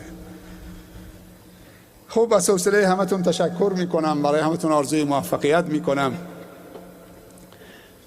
امیدوارم که این مراسم بر همه مبارک باشه، بالاخص داماد عزیز جلسه، همسر محترمیشون، پدر و مادرشون، کل طایفه مردم خوب این روستا، همه شما سرورانی که علاقمند و دوستدار این خانواده و این روستا و این طایفه بودید، حضورتون گرامی باد. همه و همه تشکر و قدردانی میکنم از اینکه ما رو دعوت کردی، اکرام کردی، گرامی داشتید. بازم ممنونم. خداوند به همتون جزای خیر بده. ثمره این مراسم و این ازدواج برای هم داماد و هم شما خیر و برکت و ایمان و امنیت و آرامش باشه. اللهم اجعل جمعنا هذا جمعا مرحوما واجعل تفرقنا من بعدها تفرقا معصوما. اللهم لا تجعل فينا ولا منا ولا معنا شقيا ولا محروما. ربنا ظلمنا انفسنا وان لم تغفر لنا وترحمنا لنكونن من الخاسرين. سبحان ربك رب العزة عما يصفون وسلام على المرسلين والحمد لله رب العالمين. که خدا ازش حمایت میکنه و گفته بر من واجب نصرتش بکنم و اگر فقیر باشه از فضل خودم اونو غنی میکنم. کسی که به خاطر حفظ عفتش به ازدواج پناه ببره. پناه بردن به ازدواج یعنی پناه بردن به خدا. میتونه زنا بکنه، میتونه آلوده به فحشا بشه، هی به خودش فشار میاره. میره پیش عالمی سوال میکنه، میگه شهوت بر من فشار میاره، مهریه هم سنگینه، خرج و مخارج عروسی هم سنگینه، چه کار کنم؟ میگه پنجشنبه دوشنبه روزه بگیر. حدیثه. تا کی باید روزه بگیره؟ باید یه فکری براش کرد. بزرگترها آستین بالا بزنن. دوست نداری جوانانتون عفیف باشن؟ من اگر امروز پول دادم، پسر همسایم چند سال مسکین میخواد داماد بشه نمیتونه. اگر من پول دادم که این پسر همسایه من به عفت برسه، دختر من در امانه. دختر خودمو پول دادم میدم به پسر همسایه که داماد بشه، به دختر همسایه که عروس بشه، به خاطر که من همسایه اینم. اگر این جوان نتونه داماد بشه و بره دنبال بی عفتی، بچه های من در خطرن. اون تبدیل به گرگ میشه. نه کن چقدر کمک میکنیم به هم. یعنی در حقیقت وقتی تو میاری 1,500,000 تومان به پسر همسایه میدی که داماد بشه و علاقه داره که داماد بشه، ازدواج بکنه، در حقیقت به دختر و پسر خودت امنیت دادی، عفت دادی، سلامتی دادی. ولی خیلی ها اینطوری فکر نمیکنن. من خودم زحمت بکشم پول بدم به پسر فلانی که داماد بشه. مشکل ما تو همینه. اگر بچه همسایت یتیم ضعیف استعداد داره پول بهش بدی برای دانشگاه، تو افتخار نمی کنی که بچه همسایت دکتر و مهندسه؟ یعنی تو همسایه یک دکتر و مهندسید. آدم همسایه جاهل باشه یا همسایه یک دکتر و مهندس باشه، بعدم چه دکتر و مهندسی، کسی که خودت اونو تربیت کردی با امکاناتی که خدا به داده اونو دکتر و مهندس کردی، لذت نمیبری؟ یه نفر عالم معلمه، کلاس درس میره بچه ها رو علم یاد میده، ولی یه نفر عالم نیست، تاجره. همون کاری که معلم میکنه تاجر هم میتونه انجام بده. خداوند گفته اگر کسی بخواد به ازدواج پناه ببره، یعنی به من پناه ببره، اگر فقیر باشه من از فضل خودم اونو غنی میکنم. بر بگردیم به تازه دامادمان رحم بکنیم. واقعا اینا مستجاب الدعا هستن. خدا گفته اگر کسی بخواد زن بگیره من ازش حمایت بکنم، حمایت میکنم، بر من واجبه. به این حدیث توجه بکنید. یعنی کسی که پناه به خدا آورده، ازدواج یعنی پناه به خدا آوردن. دید من و تو نسبت به زن چیه؟ بعضی مردا فکر میکنن که زنها کنیزشونن، باید 24 ساعت تو آشپزخانه و تو حمام لباسشون بشورن، لباسو تو بکنن، جارو بزنن، فلان بکنن و غذا بپزن و پوست سیب زمینی و پیاز بزنن و لباس مردو تو بکنن، یا دستشویی بشورن. معذرت میخوام. زن میدونه چه جایگاهی داره. زن آمده که مرد و مانع بشه که زنا نکنه.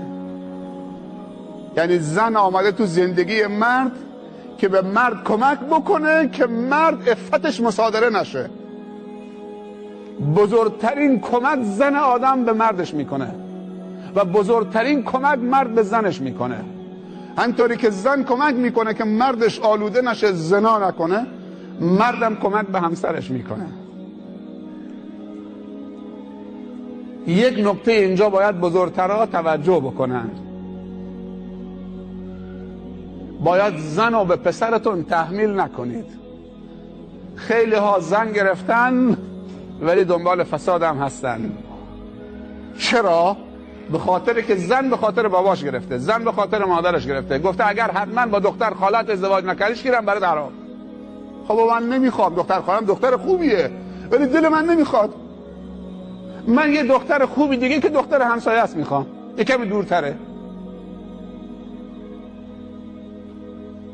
اما اگر پسرت گفت که یا دخترت که دنبال یه لات بی سر بی پای، یا اصلا نه تقوایی، نه آبرویی، نه انسانیتی، نه اسلامی، نه هیچ، اون یه بحث جداگانه است. ولی اگر واقعا پسر و دخترت مرد و زن زندگیشون رو انتخاب کردن، هم خوبه، هم با تقواست، هم متواضع، هم سالمه، هم تحصیل کرده است، هم محجبه است، حالا به صرف این که دختر خالش نیست نباید مخالفت بکنی. نه، نباید از قوم خویش دور برید. تو بعضی مناطق دیگه میگن پاسالار رو نمیدونم رئیس و سید و ان اکرمکم عند الله اتقاکم. اعتبار به تقواست. ولی دل دخترت و پسرت باید چه؟ بخواد اون مرد. اگر نخواد مثل غذایی است که اشتها نداره، به زور میخوای بخورونی بود. ازدواج لباس نیست که اینو بکنه بندازه بیرون. کسانی بودن که به زور بهشون دادن، بعد از 4 تا بچه از هم جدا شدن، دوباره به همون عشق اولشون برگشتن، بعد از 4 تا بچه بزرگ کردن. پس خواستنم یه قضیه است که اسلام بهش توجه داره، بی توجه نباشیم. پس دومین نفری که خداوند گفته ازش حمایت میکنم، جوانی است که رو به ازدواج می آورد. اینا مستجاب الدعا هستند، واقعا دنبال طهارت و پاکی هستند. ما باید کاری بکنیم که دوباره اون اعتبار جوانامون رو بر بگرده. میدونی کلمه مستجاب الدعا چقدر کلمه این فرهنگ اصیل اسلامی در عالم اسلامی است که امروز چیزی ازش نمانده. دید جامعه نسبت به تازه دامادا و تازه عروسا واقعا دید بدی شده. برگردیم به تاریخمون، برگردیم به اصلمون، به اصالتمون، به فرهنگمون که چقدر اصیله، چه دیدی داره واقعا و چه احترامی قائل برای جوانا. چرا جوانای ما مستجاب الدعا نباشن؟ چرا پاک نباشن؟ چرا مورد حمایت خدا واقع نشن؟ چرا سلام و درود ملائکه بر اونها نباشه؟ دست به دست هم بدیم. این مراسم هیچ آفتی نداره. آفتش اینه که ما تشخیص ندادیم که این مراسم خوبه. اگر این منطقه بین خنج تا اینجا پیشور و این معلچه و این روستاها الحمدلله هم خیر دارن، میتونن عروسی های جمعی بزرگی تو مناطق مختلف هم برگزار بکنن، همه با هم هماهنگ فراخوان بزنن، هر سال 3 بار، هر 4 ماه عروسی جمعی از کل منطقه ثبت نام بکنن، با شکوه توی یک میدان وسیعی برگزار بشه، علمای منطقه دعوت بشن، مسئولین دعوت بشن. واقعا چقدر الفت و محبت. یعنی توی این عروسی گله‌دار بین 42 طایفه الفت شد. 42 طایفه. اگر کسی با کسی مشکل داشت، اگر کسی حرفش شده بود با کسی، اگر کسی با هم پشت رو بودن، قهر کرده بودن رو سر مسائلی، تو اون جمع دیگه در کنار هم نشستن. 42 طایفه دست. و وقتی که این جمعیت راه باز شد، یک دامادی پیش همه حرکت میکرد، 1 نفر و 21 نفر دنبالش، توی همین جمع می آمدن با عزت و احترام. بزرگان قوم همه دست داماداشون گرفته بودن. چقدر صفا داشت. انشالله قطعا شاید کوتاهی از ما بوده که بالاخره این فرهنگ رو انتقال ندادیم، ولی از این به بعد انشالله چه بزرگان این منطقه از علما گرفته تا شورا تا امام جمعه تا همه دست به دست هم بدن، انشالله مراسم جمعی برگزار بکنن. و بدونید توسعه در یک جامعه همیشه به مغزهای توسعه یافته است. وقتی میخوان نمره بدن به یک روستایی، تحصیل کردگان و علما و خیرین و شخصیت‌های بزرگشون و مصلحان اجتماعیشون رو میشمارن، نه اینکه تعداد نفوسشون چقدره، چند تا خونه مجلل تو اون روستا هست. پس به شهری میگن شهر بزرگ، روستای بزرگ که افراد بزرگ، مغزهای بزرگ، تفکرات و اندیشه های بزرگ، خیرین و مصلحان و عالمان بزرگ داشته باشن که برای جامعه اسلامی دارن تلاش میکنن. خب موفق و مؤید باشید.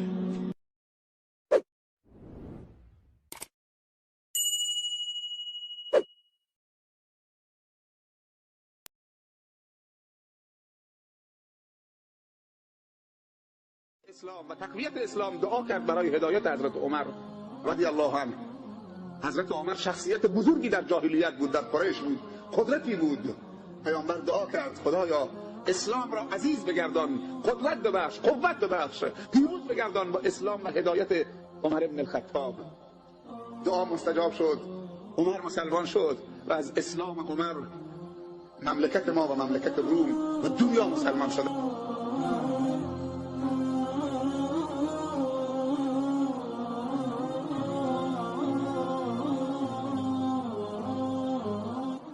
چرا دعای خیر نمی کنیم؟ چرا دعای هدایت نمی کنیم؟ چرا همه عادت کردیم نفرین بکنیم؟ حتی به فرزندانمون. اگر بچه شیطنت کرد تو خونه، مادرش برمیگرده برو به درک. درک میدونی کجاست؟ اون مادری که میگه برو به درک، بعضی موقع دیگه دنبالش هم میگن برو به درک اسفل السافلین. اعلی العلیین داریم بهشت خدا و اسفل السافلین داریم قعر جهنم. ان المنافقین فی الدرک الاسفل من النار. جایگاه منافقین در درک اسفل سافلین هست. بهشت دارای درجات، جهنم دارای درکات. درک در جهنم، طبقات جهنم بهش میگن درک، اما بهشت دارای درجات. از اینجا شروع میشود میرود به بالا، صعود. بالاترین درجه بهشت فردوس اعلی. پیامبر صلی الله علیه وسلم وقتی به طائف رفت که دین و ایمان رو بر اونها عرضه بکنه، اون رو خونالود کردن، از طائف بیرون کردن. هرچی اوباش منطقه بودن دنبالش ریختن، با سوت و هورا و تا پیامبر رو بیرون کردن. زید همراهش بود، سیری ایستاده بود، هرچی سنگ می آمد تو صورت زید میخورد. در یک محل بیرون از طائف نشستن. خداوند فرشته مسئول کوه ها رو فرستاد، گفت ای پیامبر خدا صلی الله علیه وسلم، خدا منو فرستاده که به امر تو باشم. این طائف و مکه بین دو کوه بزرگه، به من اجازه بده تا به هم پرس بکنم تا هیچ احدی از اونها نمونه. نبی خدا را اذیت و آزار رساندن. پیامبر همینطوری که خون رو از خودش پاک میکرد و خیس عرق شده بود و دل آزرده شده بود، گفت اللهم اهد قومی فانهم لا یعلمون. خدای قوم منو هدایت بده، اونها نمیدانن. نبی رحمت بود. اما مادر میگه برو به درک اسفل سافلین، یعنی برو به جهنم. این بچه طبیعی که جهنمی خواهد شد، ناخلق خواهد شد.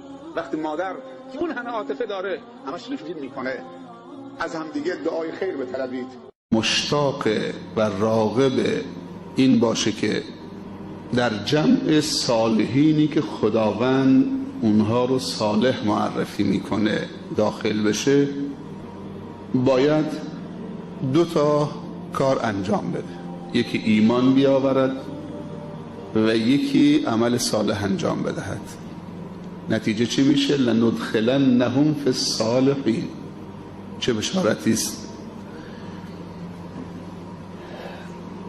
کاری که باید انسان انجام بده که وارد بشه به جمع صالحین، این برمیگرده به خود شما، به خود ما و شما. ما باید بخواهیم. خداوند که خواسته، آماده است که من و تو رو به بندگان صالحش داخل بکنه و داره اعلام میکنه، منتظر یک اشاره است از بندگانش. نیت خیر و قدم خیر نشانه و رغبت به این که انسان بخواد بر بندگان صالح خدا داخل بشه. و الی ربک فارغب. این نکته رو فراموش نکنید. ما باید به دلهامون بقبولونیم که همیشه راغب خدا باشد. و الی ربک فارغب، اذا فرغت فانصب و الی ربک فارغب. این 2 آیه واقعا عظیمه. انسان مسلمان اگر فارغ شد فاسد شد. این یک قاعده است. انسانی که متصل به خداست اگر در طول شبانه روز، در طول عمر مشغول خیر و اعمال صالح نباشد، فاسد خواهد شد. چون فراغ ایجاد میشه و از فراغ نابودی ایجاد میشه.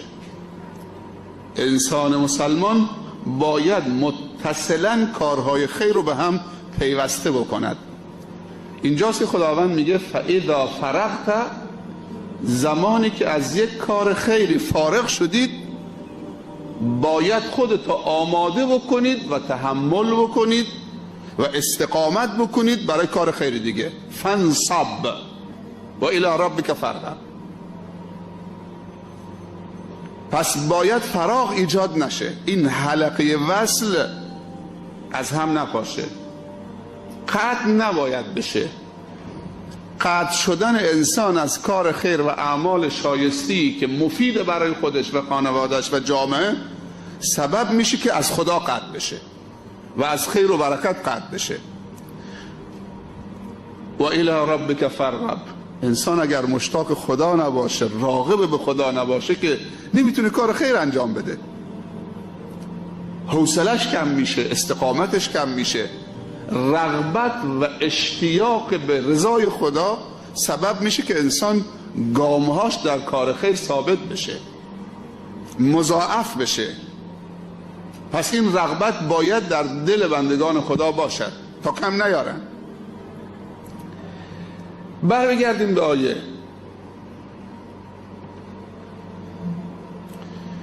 میگه اگر بندگان ایمان آوردن، ایمان یعنی انگیزه. اگر ایمان نیست انگیزه نیست. ایمان یعنی نقطه حرکت. اگر ایمان نیست حرکت نیست. ایمان یعنی رغبت به رضای خدا. اگر ایمان نیست رغبت نیست.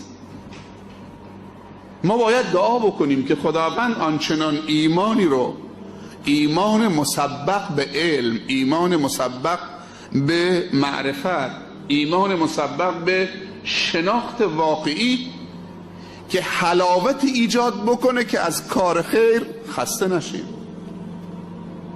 لذت ببریم. اگر این حلاوت نباشه یه روز هستیم روز دیگه نیستیم، جمع به هم میزنیم، سبب دلسردی و افسردگی جمع میشیم. باید ایمان باشه تا پیروش و به تبع ایمان عمل صالح ایجاد بشه و بعد شایستگی پیدا بکنید که به بندگان صالحی که خدا اونها رو صالح معرفی میکنه داخل بشید.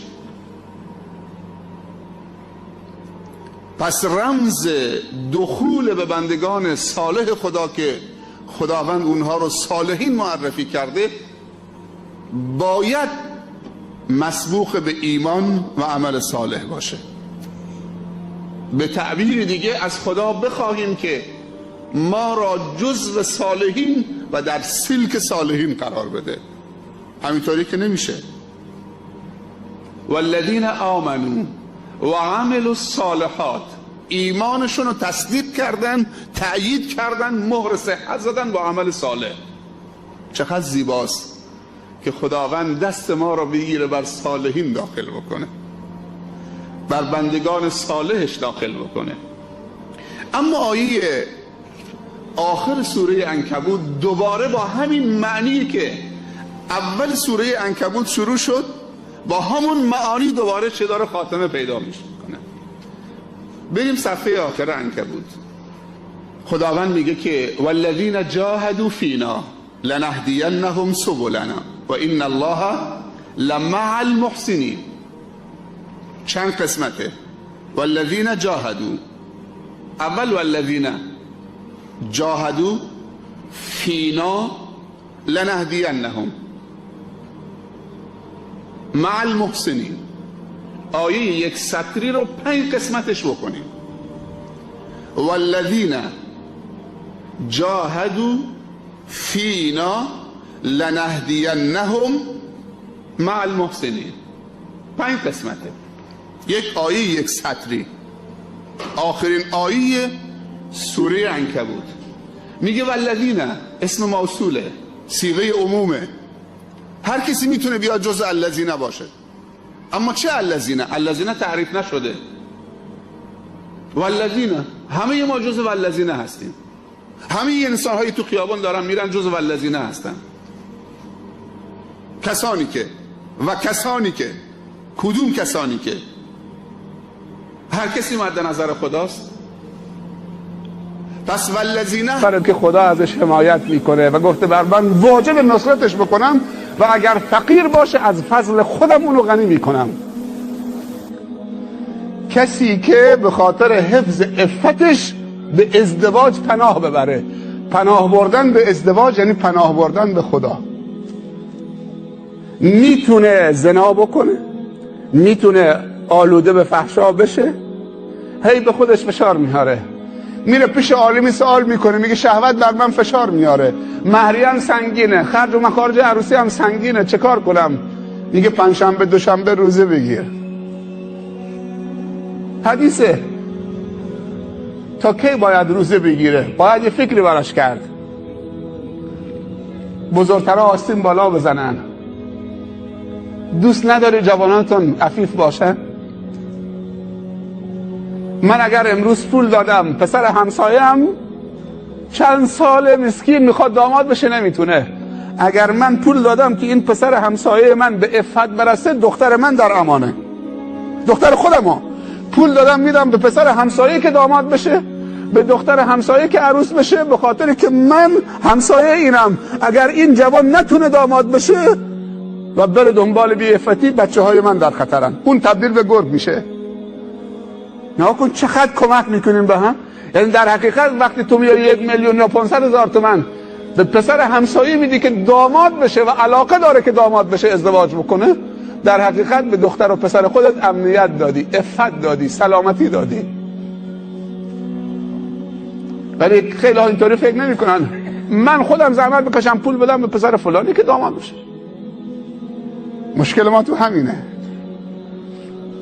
اگر بچه همسایت یتیم ضعیف استعداد داره پول بهش بدی برای دانشگاه، تو افتخار نمی کنی که بچه همسایت دکتر و مهندسه؟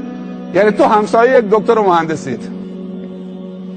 آدم همسایه جاهل باشه یا همسایه یک دکتر و مهندس باشه، بعدم چه دکتر و مهندسی، کسی که خودت اونو تربیت کردی با امکاناتی که خدا به داده اونو دکتر و مهندس کردی، لذت نمیبری؟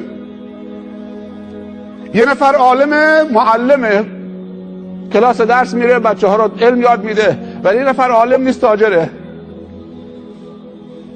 همون کاری که معلم میکنه تاجر هم میتونه انجام بده. خداوند گفته اگر کسی بخواد به ازدواج پناه ببره، یعنی به من پناه ببره، اگر فقیر باشه من از فضل خودم اونو غنی میکنم.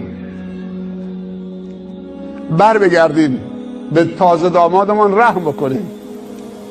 واقعا اینا مستجاب الدعا هستند.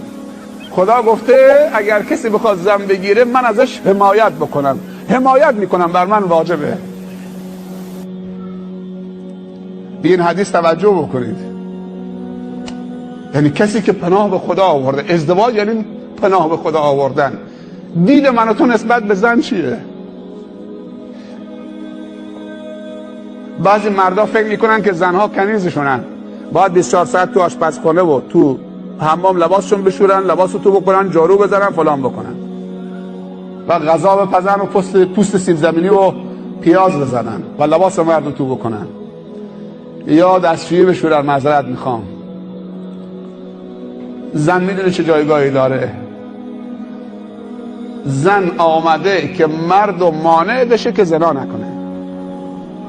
یعنی زن آمده تو زندگی مرد که به مرد کمک بکنه که مرد عفتش مصادره نشه. بزرگترین کمک زن آدم به مردش میکنه و بزرگترین کمک مرد به زنش میکنه. همطوری که زن کمک میکنه که مردش آلوده نشه، زنا نکنه، مردم کمک به همسرش میکنه. یک نکته اینجا باید بزرگترها توجه بکنن. باید زن رو به پسرتون تحمیل نکنید. خیلی ها زن گرفتن ولی دنبال فساد هم هستن. چرا؟ به خاطر که زن به خاطر باباش گرفته، زن به خاطر مادرش گرفته، گفته اگر حتما با دختر خالت ازدواج نکردیش گیرم برات حرام. خب من نمیخوام، دختر خالم دختر خوبیه ولی دل من نمیخواد. من یه دختر خوبی دیگه که دختر همسایه است میخوام، یه کمی دورتره. اما اگر پسرت گفت که یا دخترت که دنبال یه لات بی سر بی پایی، یا اصلا نه تقوایی، نه آبرویی، نه انسانیتی، نه اسلامی، نه هیچ، اون یه بحث جداگانه است. ولی اگر واقعا پسر و دخترت مرد و زن زندگیشون رو انتخاب کردن، هم خوبه، هم با تقواست، هم متواضع، هم سالمه، هم تحصیل کرده است، هم محجبه است، حالا به صرف این که دختر خالش نیست نباید مخالفت بکنی، نه نباید از قوم خویش دور بری. تو بعضی مناطق دیگه میگن پاسالار رو نمیدونم رئیس و سید و ان اکرمکم عند الله اتقاکم، اعتبار به تقواست. ولی دل دخترت و پسرت باید چه؟ بخواد اون مرد. اگر نخواد مثل غذایی است که اشتها نداره، به زور میخوای بخورونی بود. ازدواج لباس نیست که اینو بکنه بندازه بیرون. کسانی بودن که به زور بهشون دادن، بعد از 4 تا بچه از هم جدا شدن، دوباره به همون عشق اولشون برگشتن، بعد از 4 تا بچه بزرگ کردن. پس خواستنم یک قضیه است که اسلام بهش توجه داره، بی توجه نباشیم. پس دومین نفری که خداوند گفته ازش حمایت میکنم، جوانی است که رو به ازدواج می آورد. اینا مستجاب الدعا هستند، واقعا دنبال طهارت و پاکی هستند. ما باید کاری بکنیم که دوباره اون اعتبار جوانامون رو بر بگرده. میدونی کلمه مستجاب الدعا چقدر کلمه این فرهنگ اصیل اسلامی در عالم اسلامی است که امروز چیزی ازش نمانده. دید جامعه نسبت به تازه دامادا و تازه عروسا واقعا دید بدی شده. بگردیم به تاریخمون، بگردیم به اصلمون، به اصالتمون، به فرهنگمون که چقدر اصیله، چه دیدی داره واقعا و چه احترامی قائل برای جوانا. چرا جوانای ما مستجاب الدعا نباشن؟ چرا پاک نباشن؟ چرا مورد حمایت خدا واقع نشن؟ چرا سلام و درود ملائکه بر اونها نباشه؟ دست به دست هم بدیم. این مراسم هیچ آفتی نداره. آفتش اینه که ما تشخیص ندادیم که این مراسم خوبه. اگر این منطقه بین خنج تا اینجا پیشور و این معلچه و این روستاها الحمدلله هم خیر دارن، میتونن عروسی های جمعی بزرگی تو مناطق مختلف هم برگزار بکنن، همه با هم هماهنگ فراخوان بزنن، هر سال 3 بار، هر 4 ماه عروسی جمعی از کل منطقه ثبت نام بکنن، با شکوه توی یک میدان وسیعی برگزار بشه، علمای منطقه دعوت بشن، مسئولین دعوت بشن. واقعا چقدر الفت و محبت. یعنی توی این عروسی گله‌دار بین 42 طایفه الفت شد. 42 طایفه. اگر کسی با کسی مشکل داشت، اگر کسی حرفش شده بود با کسی، اگر کسی با هم پشت رو بودن، قهر کرده بودن رو سر مسائلی، تو اون جمع دیگه در کنار هم نشستن. 42 طایفه دست. و وقتی که این جمعیت راه باز شد، یک دامادی پیش همه حرکت میکرد، 1 نفر و 21 نفر دنبالش، توی همین جمع می آمدن با عزت و احترام. بزرگان قوم همه دست داماداشون گرفته بودن. چقدر صفا داشت. انشالله قطعا شاید کوتاهی از ما بوده که بالاخره این فرهنگ رو انتقال ندادیم، ولی از این به بعد انشالله چه بزرگان این منطقه از علما گرفته تا شورا تا امام جمعه تا همه دست به دست هم بدن، انشالله مراسم جمعی برگزار بکنن. و بدونید توسعه در یک جامعه همیشه به مغزهای توسعه یافته است. وقتی میخوان نمره بدن به یک روستایی، تحصیل کردگان و علما و خیرین و شخصیت‌های بزرگشون و مصلحان اجتماعیشون رو میشمارن، نه اینکه تعداد نفوسشون چقدره، چند تا خونه مجلل تو اون روستا هست. پس به شهری میگن شهر بزرگ، روستای بزرگ که افراد بزرگ، مغزهای بزرگ، تفکرات و اندیشه های بزرگ، خیرین و مصلحان و عالمان بزرگ داشته باشن که برای جامعه اسلامی دارن تلاش میکنن. خب موفق و مؤید باشید.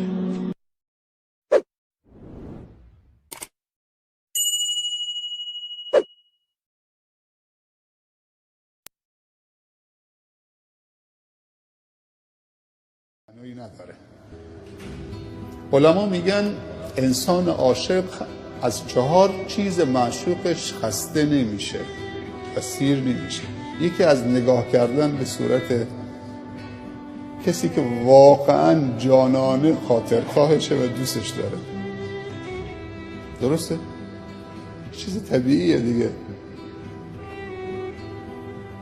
شما وقتی به نماز می‌ایستید میگید اینی وجهت وجهی، خدایا من صورتم، و منظور اینجا صورت دلته، چهره دلته. خدایا من چهره دلمو مقابل تو قرار دادم.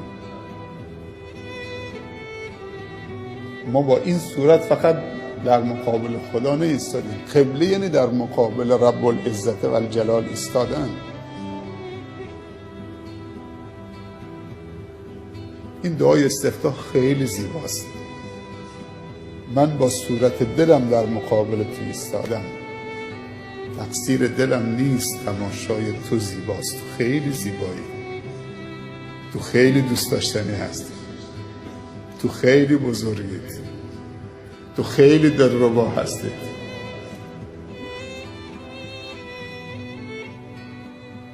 اینطوری با خدا حرف بزن، گپ خودمونی بزن.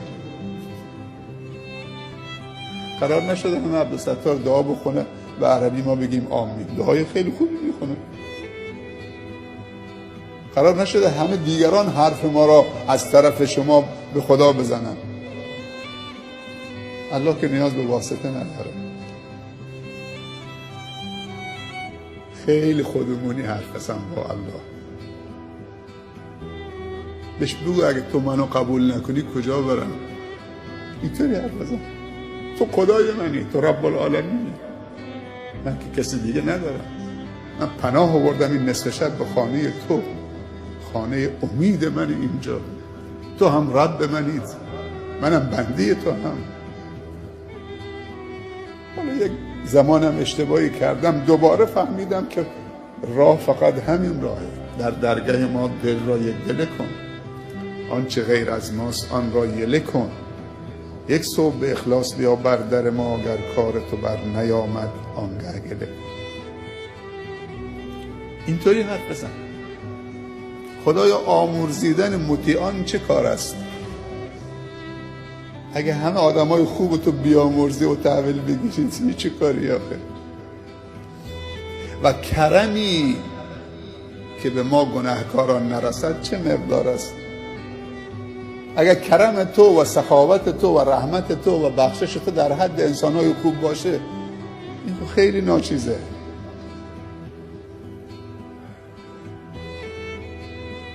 خدای نگاه به بدی ما مکن، ما بد کردیم. نگاه به خوبی خودت بکن. تو خوبی، تو که بدی نمی کنی، تو که عقده‌ای نیستید. حالا ما اشتباه کردیم، ما بد کردیم، الان هم داریم معذرت خواهی میکنیم دیگه.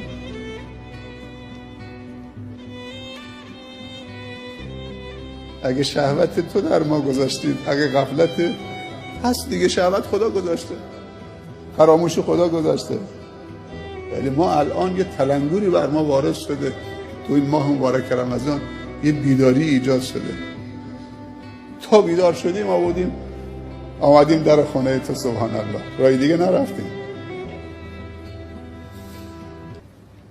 الله هم تعصب داره نسبت به بندگانش، خیلی تعصب داره. الله به ابلیس گفته تو 1 سال، 2 سال، 30 سال، 40 سال بندگان منو گمراه میکنید، فکر میکنید که به قول زنجیر کشیدید، دیگه مطیعتان مالتان، از من گرفتید. ولی من یه داغی بر دلت میذارم. بعد از 40 سال 50 سال که این بنده منو شکار کردی، در قبضه خودت گرفتی، یه لحظه یه جرقه براش ایجاد میکنم، یه توبه نصیبش میکنم، تلاش 50 سالتو بر باد میدم. من اجازه نمیدم بندگانمو ازم بگیرید. الله غیرت داره، تعصب داره نسبت به بندگانش. این تعصب خدا نسبت به بندگانش و مهرورزیش. خدای نگاه به خطاهای ما مکن، به اشتباههای ما مکن، به گناههای ما مکن. نگاه به اون رحمت بیکران خودت بکن که از خشمت سبقت گرفته. سبحان الله. یک قطره رحمت تو میتونه گناه 100 ساله ما رو برباد بده، ذره ذره بکنه، بسوزونه. این توبه واقعا یک واژه خیلی عالیه. توبه زیباترین واژه در لغتنامه ها توبه هست. توبه یعنی امید، یعنی امید به زندگی، یعنی حیات دوباره، یعنی تولد دوباره، یعنی خود را پیدا کردن، هویت بخشیدن دوباره. امشب یک کتابی میخوندم از شیخ الدکتر عائض القرنی، متفکر، شخصیت بزرگیه. کتاب درباره امیدواریه. انسان باید امیدوار باشه به رحمت رب العالمین. نگو من خیلی گناه کردم، نجس شدم، آلوده شدم. 2 نفر حق ندارن این حرفو بزنن. یکی خودت حق نداری به خودت بگی من دیگه نجس شدم، پلید شدم، خدا منو نمیبخشه. حرام کسی بندی از بندگان خدا به خودش این حرفو بزنه، حرام، ممنوعه. نفر دومم کسی حق نداره به کسی بگه من حق ندارم به تو بگم. اگر یک مستک سکرانی تو کوچی دیدم که عربده داره میکشه، حق ندارم ای نجس پلید پست، خدا تو رو نمیبخشه. هر لحظه احتمال داره اون فردا توبه بکنه، من برم جای اون بیاد جای من. این جرأت رو به خودتون ندید که به کسی با 4 رکعت نمازت بگی خدا فلانی رو نمیبخشه، حتی که همیشه سکرانه. اگه دوستش دارید تلاش بکن که اونو نجات بدید، ولی قضاوت حقتون نیست، اونو نمیبخشه. تو چی کاره هستی تو رحمت خدا؟ اینقدر شرابخوارا و عیاشا و هنرپیشه ها و خواننده هایی که یک عمر عیاشی کردن آمدن شخصیت های بزرگی و دعوتگران و مصلحان بزرگی شدن. خیلی از اون مغرور نماها به عبادت های که داشتن مغرور شدن با عبادتشون، درباره بندگان خدا قضاوت کردن، رفتن جای اونا منحرف شدن. کی میدونه فردا چی میشه؟ اونی که داره عبادت میکنه باید گریه بکنه خدای قبول بکن، منو ثابت قدم بکن. علما میگن تواضع و گریه و زاری با گناه خیلی بهتر از تکبر و خودخواهی با عبادت. این در بازه، برای همه بازه. اینجا خانه خداست، خانه من نیست که تو رو اجازه بدم دیگری رو اجازه ندم. کسی حق نداره چپ چپ به کسی نگاه بکنه. بعضی موقع اگر یه برادری احتیاط داره یا یه وقتی دیدی میشه پیکی زده یا کاری کرده تو صف نماز ایستاده، چپ چپ بهش نگاه میکنن. این اینجا چی میخواد؟ این معتاد آمده اینجا چی کار کرده؟ چی میخواد اینجا؟ حتما آمده تو مسجد کفشی بدوزه، دمپایی بدوزه، فلان. چرا اینطوری فکر میکنید؟ این آمده اینجا چی میخواد؟ یکی از سردسته های بزرگ راهزنا، اگر اشتباه نکنم عیار، این زمانی رفته بود شب روی دیواری که بپره تو خانه، سبحان الله، رو دیوار منتظر بود که بپره تو خانه. یک دفعه صدای آیی از داخل خانه شنید که صاحب خانه شب به نماز ایستاده بود. زمانی که این رفته بود چه؟ اون خانه رو بزنه. قدیم خود دیگه برقی نبوده، سر صدایی نبوده، خلوت رو دیوار نشسته بود که بپره. یک دفعه صدای آیه شنید که بعد از سوره هم اون صاحب خانه داره میخونه الم یأن للذین آمنوا ان تخشع قلوبهم لذکر الله. آیا وقتش نرسیده کسانی که مؤمنن مسلمانن بر بگردن و دلهاشون بتپه و بلرزه برای خدا؟ وقتش نرسیده؟ هی میخواست بپره، دوباره اون آیه تکرار میکرد. سبحان الله، نمیفهمید که دزد آمده. اون نماز بخون، داره هر شبش بود نماز شب میخون. و بار سوم 2-3 بار که تکرار کرد، بار سوم گفت بلا. اون دزده که رو دیوار بود گفت بلا، وقتش رسیده که ایاز توبه بکنه و بر بگرده به سوی خدا. به جایی که بپره به داخل خانه، پرید به بیرون خانه و مسیرش عوض شد و یکی از قضات بزرگ و شخصیت‌های بزرگ جهان اسلام شد. یک راهزن. انسان نباید ناامید بشه، امیدتو نباید از دست بدید. این کتاب ناامیدی عائض القرنی حتما بخونید، داستان‌های خیلی ارزشمندی درش از واقعیت‌ها و از صحابه و از پیامبران و شخصیت‌ها درش بیان میکنه. میگه کشتی تو بیابانی میرفت، تو صحرا، ببخشید تو دریا میرفت، هوا طوفانی شد، کشتی غرق شد. شخصی در تلاطم امواج همجور گاه وقتی میرفت زیر آب، گاه وقتی میآمد بالا، تا اینکه نجات پیدا کرد به ساحل، تو یک جزیره غیر متروکه غیر مسکونی. وقتی که تو اون جزیره قرار گرفت از خود بیخود شد. یک دفعه چه؟ بعد از چند ساعتی که به هوش آمد، دو زانو نشست، دست بلند کرد، دعا کرد خدایا منو نجات بده. تو این جزیره دور افتاده غیر متروکه غیر مسکونی دعا کرد و تلاش کرد، امیدشو از دست نداد. تا اینکه چند مدت گذشت، گفت امروز یه چیز پخته‌ای بخورم، آتش روشن کرد و همین اطراف میگشت. یک دفعه دید که کلبه داره میسوزه. کل اون غذاش و کلبه و جایی برای مسکنش بود و آرامشش بود همه ویران شد. اینجا خیلی نگران شد، دست بلند کرد بار الله، حالا تو این جزیره مدروکه کلبی داشتم همونم سوخت، این چه امتحانیه فلان. و بالاخره شروع کرد به گریه و زاری. در همین اثنا خوابش برد. بعد از اینکه گریه و زاری کرد یک دفعه دل حاضر کرد، چشمش باز کرد که یک کشتی در افق داره میاد. آمد نزدیک ساحل، قایقی فرستاد. قایق که آمد گفت شما برای چی آمدید؟ گفتیم آمدیم شما را نجات بدیم. گفت از کجا فهمیدید که من اینجا تنهام، کسی ندارم، نیاز به نجات دارم؟ گفت همین کلبه، همین دودی که به آسمان ما رد می شدیم، مسیرمون رای دیگه بود، دودی دیدیم تو این جزیره، فکر کردیم که کسی نیاز به نجات داره،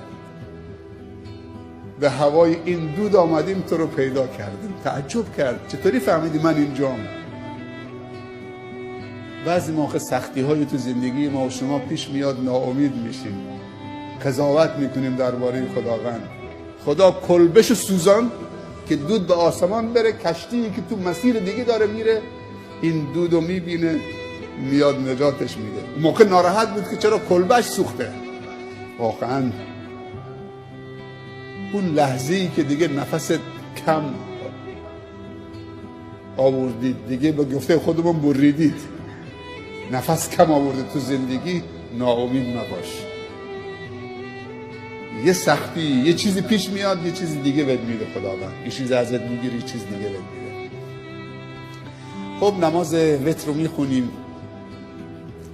بعد از نماز وتر چون وقت هست، به مدت 10 دقیقه اونایی که دوست دارن بعد از نماز وتر و دعا بنشینن. اون 10 دقیقه ساعتهای خلوته. هر کسی دوست داره به زبان فارسی، به زبان خودش، کردی، بلوچی، ترکی، به هر زبانی که دوست داره با الله گپ بزنه، فکر بکنه خودش تنها تو خانه خداست، کسی هم واسطه نداره، وقت هم برای سحری زیاد. این 10 دقیقه دیشب تصمیم گرفتیم با مشورت دوستان، پیشنهاد شیخ ماجد، 10 دقیقه بعد از نماز وتر میشینیم. ما هر کسی خلوت میکنه با خودش و خدا، راز و نیازی داره، به زبان فارسی میخواد دعا بکنه برای خودش، برای خانوادهش، برای دوستانش. چون خداوند گفته در وصف مؤمنین و بالاسحار هم یستغفرون، در وقت سحر این مؤمنین واقعی هستن که مشغول استغفارن، ذکرن، تسبیحات هستن. جزاکم الله خیر، موفق و مؤید سربلند باشید. اعوذ بالله من الشیطان الرجیم. بسم الله الرحمن الرحیم. الحمد لله رب العالمین والعاقبة للمتقین والصلاة والسلام على اشرف الانبیاء والمرسلین سیدنا و نبینا و حبیبنا محمد وعلى آله وأصحابه أجمعين. أما بعد، السلام عليكم ورحمة الله تعالى وبركاته. برادران و خواهران عزیز و گرامی، دوستان خوبم، همتون را به خاطر الله دوست دارم و خواهم داشت و شما جزو بهترین سرمایه های زندگی من هستید. توفیقاتتون مستدام و همیشه در پناه و حفظ الله باشید. روزی پیامبر صلی الله علیه و سلم وارد مسجد شدند و جمعی از اصحاب را دیدند که در جلسه دوستانه دور هم نشسته بودند.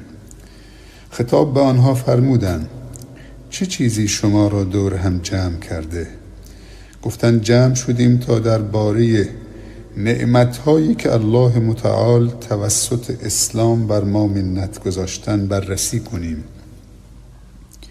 آن حضرت فرمودند: شما را به الله قسم می‌دهم، آیا چیز دیگری بجز این شما را دور هم جمع نکرده است؟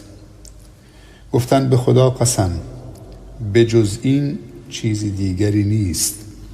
پیامبر صلی الله علیه و سلم فرمود: والله به خاطر این شما را قسم ندادم که متهمتان کنم، لیکن جبرائیل امین نزد من آمد و به من خبر داد که الله متعال به شما بندگانش در برابر فرشتگان مباهات می کنند.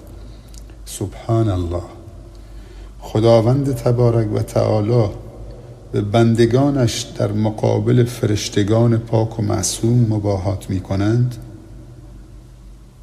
به خاطر چی؟ به خاطر نشستی که برای امور دین و بررسی نعمتهای خدا در خانه خدا برگزار کرده بودند. برادران و خواهران عزیز و گرامی، دوستان خوبم، چقدر ما نیاز به این نشست‌های خیرخواهانه و هدفمند و خداپسندانه داریم. نشست‌هایی که فرصت‌های پیش رو را بررسی و برنامه‌ریزی و غنیمت شمرده و با تعاون و همکاری و توکل به خدا حد اکثر استفاده و بهره برداری را از آنها داشته باشیم. یکی از این فرصت‌های بزرگ طلایی و تکرار نشدنی برای ما و شما ماه مبارک رمضان است. این موسم خیری که خداوند تبارک و تعالی در منتهای مهربانی و خیرخواهی به بندگانش عنایت فرمودند. در حقیقت این یک توجه خاص و ویژه است از جانب پروردگار عزیز و دوست داشتنی که این طور بندگانش را با چنین برنامه‌های نورانی و روحانی نوازش و آنها را با رمضان نور باران و رحمت باران می کند. اللهم لك الحمد كما ينبغي لجلال وجهك ولعظیم سلطانک. پروردگارا حمد و ثنایی که شایسته جلال و کبریا و جایگاه عظیم و فرمانروایی تو باشد از آن توست. اللهم لك الحمد على جمیع نعمک. پروردگارا به خاطر همه نعمت‌ها تو را سپاس و حمد و ثنا می‌گوییم. چطوری باید ما این نعمت بزرگ را پاسخگو باشیم؟ قطعاً هرچه نعمت بزرگتر باشد مسئولیت ما را هم بزرگتر و سنگین‌تر می کند. پناه میبریم به خدا. لا حول ولا قوة الا بالله. پروردگارا همونطوری که نعمت را خودت عطا فرمودی، ظرفیت و شکر آن را هم خودت عطا بفرما. پروردگارا کمکمون کن و به همون توفیق بده تا بنده شکرگزار و قدر شناس و مسئولیت پذیری باشیم و شرمنده این همه محبت ها و الطاف و عنایت ها و توجهات خاص تو نباشیم و نعمت ها را با کفران جواب ندهیم. پناه به خدا. برادران و خواهران عزیز و گرامی، دوستان خوبم، ماه رمضان آمد. رمضان فرصتی است برای تغییر و تبدیل، بله تبدیل به احسن، و نه تنها برای کسب ثواب و حسنات و انجام عبادت هایی که غالباً به عادت نزدیکترن تا به عبادت. اللهم یا مدبر اللیل و النهار و یا محول الحول والاحوال حول حالنا جمیعا الى احسن الحال. ای تبدیل کننده لیل و نهار و ای چرخاننده حول و احوال، حال ما و تمامی بندگانت را به احسن الحال تبدیل بفرما. اللهم بارک لنا فی شعبان و بلغنا رمضان. پروردگارا در شعبان ما برکت قرار بده و ما را به رمضان برسان. خداوند تبارک و تعالی در محکم تنزیل می‌فرمایند: ان الله لا یغیر ما بقوم حتی یغیروا ما بانفسهم. به تأکید که خداوند اقدام به تغییر در قومی را نمی کند مگر اینکه خودشان اقدام به این کار کنند.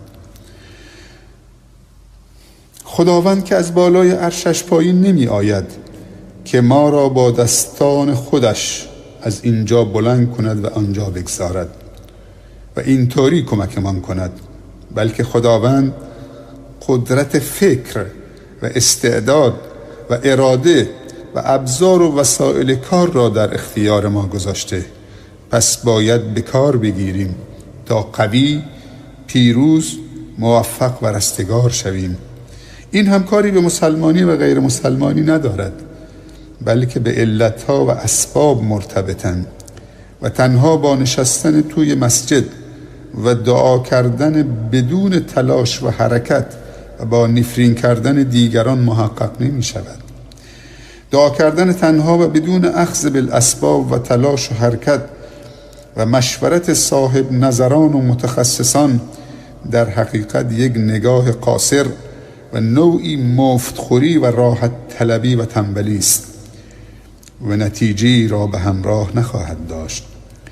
دین ما دین زنده و پویا و نشاط و شادابی و تلاش و حرکت و تخصص و علم و عمل و بعد توکل و دعاست.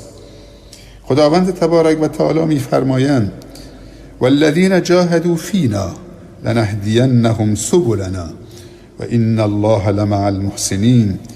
کسانی که به خاطر ما و رضای ما تلاش و مجاهدت کردند، ما آنها را به راه‌هایی که به ما منتهی می شود هدایت می کنیم و به تأکید که الله متعال همراه نیکوکاران و محسنین است. ماه مبارک رمضان ماهی است که فضیلت و بزرگی و برکتش بر هیچ مسلمانی پوشیده نیست.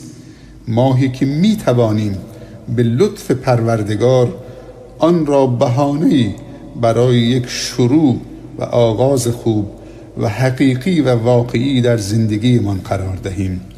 شروعی محکم و با صلابت همراه با پایداری و استقامت. برادران و خواهران عزیز و گرامی، دوستان خوبم، باید یک بار برای همیشه تصمیم درست و صحیح عمرمان را بگیریم و درنگ و تأخیر هم نکنیم، چون وقت خیلی تنگ و کم است و ملک الموت هم بالمرصاد کمین گرفته. اذا عزمت فتوکل علی الله. اگر تصمیم گرفتی و عزم و اراده کردی، پس بر خدا توکل کن.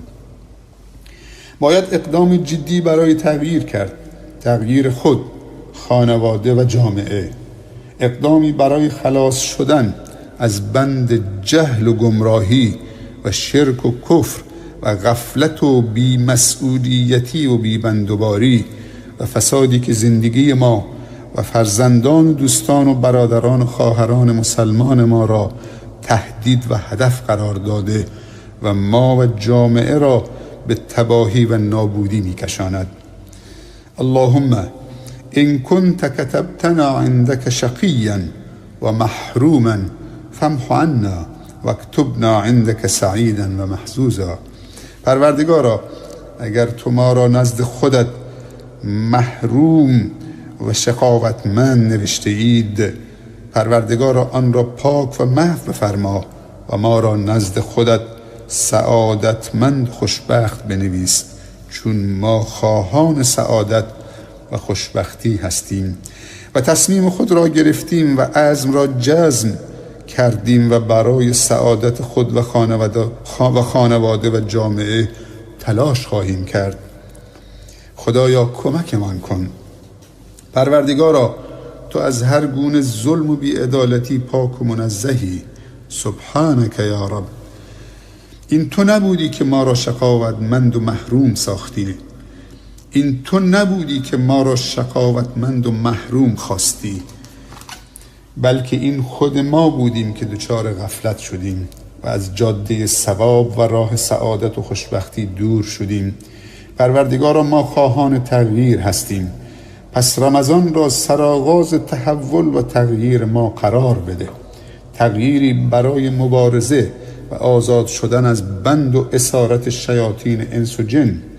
تغییری برای پیشرفت، تعالی، ترقی و عزت و سربلندی، تغییری برای رسیدن به رضای تو ای الله ذوالجلال و الاکرام و نیل به بهشتی که پهنای آن به اندازه آسمان ها و زمین است و فیها ما لا عین رأت ولا اذن سمعت ولا خطر علی قلب بشر، و در آن بهشت پهناور چیزهای الله تبارک و تعالی برای بندگانش آماده و مهیا ساخته که هیچ چشمی آن را ندیده و هیچ گوشی آن را نشنیده و نه بر قلب بشری هم خطور کرده.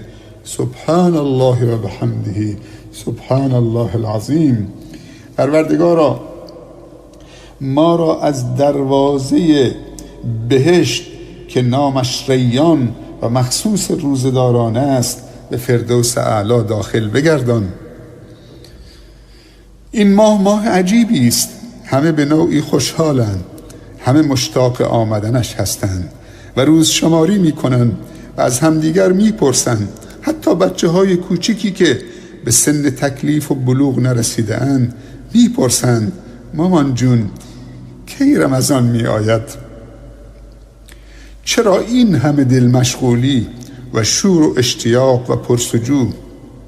چون ماه رمضان مهمانی عزیز و دوست داشتنی است که از جانب پروردگار ما می آید و بسیار مبارک و فرخنده و میمون است.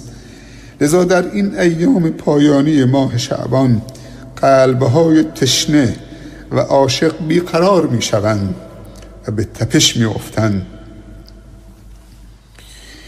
و نوعی احساس خاصی و عجیبی پیدا می کنند، چون رمضان ماه نوید بخش آرامش و رحمت و مغفرت الهی است و همه به آرامش و رحمت و مغفرت الهی نیازمند. ولی افسوس و صد افسوس که قدرش را نمیدانیم. رمضان‌های زیادی را سپری کردیم و تغییر آنچنانی در ایمان، اخلاق، عبادت، تقوا و انگیزه ها و اهدافمان ایجاد نشده است. واقعا این نکته قابل تأمل است. قبل از رمضان همش دعا می کنیم خدایا ما را به رمضان برسان و رمضان را به ما برسان و ما را از آن بی نصیب مگردان و به ما توفیق عنایت فرما تا بتوانیم از فضائل و برکات آن بهره‌مند شویم. اما وقتی فرا می رسد، وقتی که باید آستین و ساعد جد را بالا بزنیم و کمر همت را ببندیم، سست می شویم و در جا می زنیم و همه چیز را فراموش می کنیم و ماه مبارک رمضان برای ما مثل سایر ماه‌های سال عادی و یک نواخت و بیروح می شود. پناه بر خدا. پروردگارا ای فرمان روای دلها، ای کسی که دلهای بندگان بین دو انگشتان اوست و یقلبها کیف شاء، به داد دلهای من برس. دلهای من خشکیده شده، باران رحمتی را از ایمان و انگیزه و امید و حرکت و تلاش و مجاهدت و شور و شوق و رغبت بر دلهای من ببار و دلهای من را زنده کن و به حرکت در بیاور ای مقلب القلوب و الابصار، ای چرخاننده دلها و نگاهها، ای الله ذوالجلال و الاکرام. اللهم انا نعوذ بك من العجز والکسل والجبن والبخل. پروردگارا به تو پناه میبریم از عجز و ناتوانی و از کسالت و سستی و تنبلی و از جبن و ترسویی و از بخل و کمکاری. اللهم انا نعوذ بك من الشیطان الرجیم. پروردگارا به تو پناه میبریم از شر شیطان رجیم رانده شده از رحمت و درگاه تو که همه این وسوسه ها از جانب اوست و راضی نمی شود نعمت ها به کام بندگان تو باشد و فرجام نیک داشته باشند. پروردگارا ما را به رمضان برسان و رمضان را برای ما حفظ بگردان و استقامت و پایداری را عنایت بفرما و شیطان و شیطان صفتها را از ما و فرزندان و دوستان و تمامی برادران و خواهران ایمانی ما و سرمایه ها و نعمت های ما محروم و ناامید و بی‌نصیب بگردان. بدون شک رمضان ماه عزیز و بزرگی است، پس ماهی به این عظمت و بزرگی حق این را دارد که ما عظمتش را درک و احترامش را نگه داریم. حق این را دارد که او را گرامی بداریم و اکرام کنیم، روزهایش را روزه بگیریم و در حالی که روزه هستیم با جدیت تمام به فعالیت‌های مباح و مجازی که خداوند اجازه داده بپردازیم، اما غافل از عبادت و بندگی خدا با شرکت در نمازهای جماعت و حلقه‌های قرآنی و علمی و همچنین صله ارحام و رسیدگی و خدمت به خلق خدا نباشیم و تلاش کنیم چشم، گوش، زبان، قلب، فکر و سایر اعضا و جوارح خود را از گناهان و منکرات و معاصی و نافرمانی خدا دور بداریم و شبهایش را هم با شرکت در نمازهای جماعت و نمازهای سنت مثل تراویح، وتر، قیام و تلاوت قرآن، ذکر، دعا و مناجات و تفکر و تدبر در آفاق و انفس خودمان را تقویت و اوقاتمان را پربار بسازیم و تا میتوانیم توشه بگیریم و بهترین توشه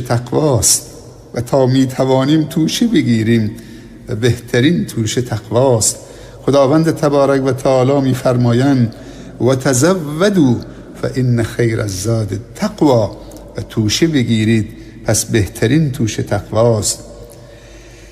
رمضان حق این را دارد که اخلاق و رفتار و سلوک من را تغییر دهیم.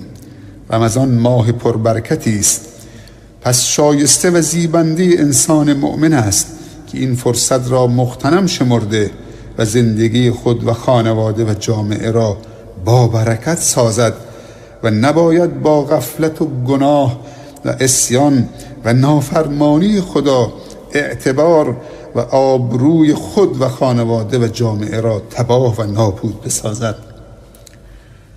ثانیه ها، دقیقه ها، بلکه ساعت ها مثل باد می گذرند و دیگر هرگز بر نخواهند گشت و زمان هم برای ما و به خاطر ما توقف نمی کند.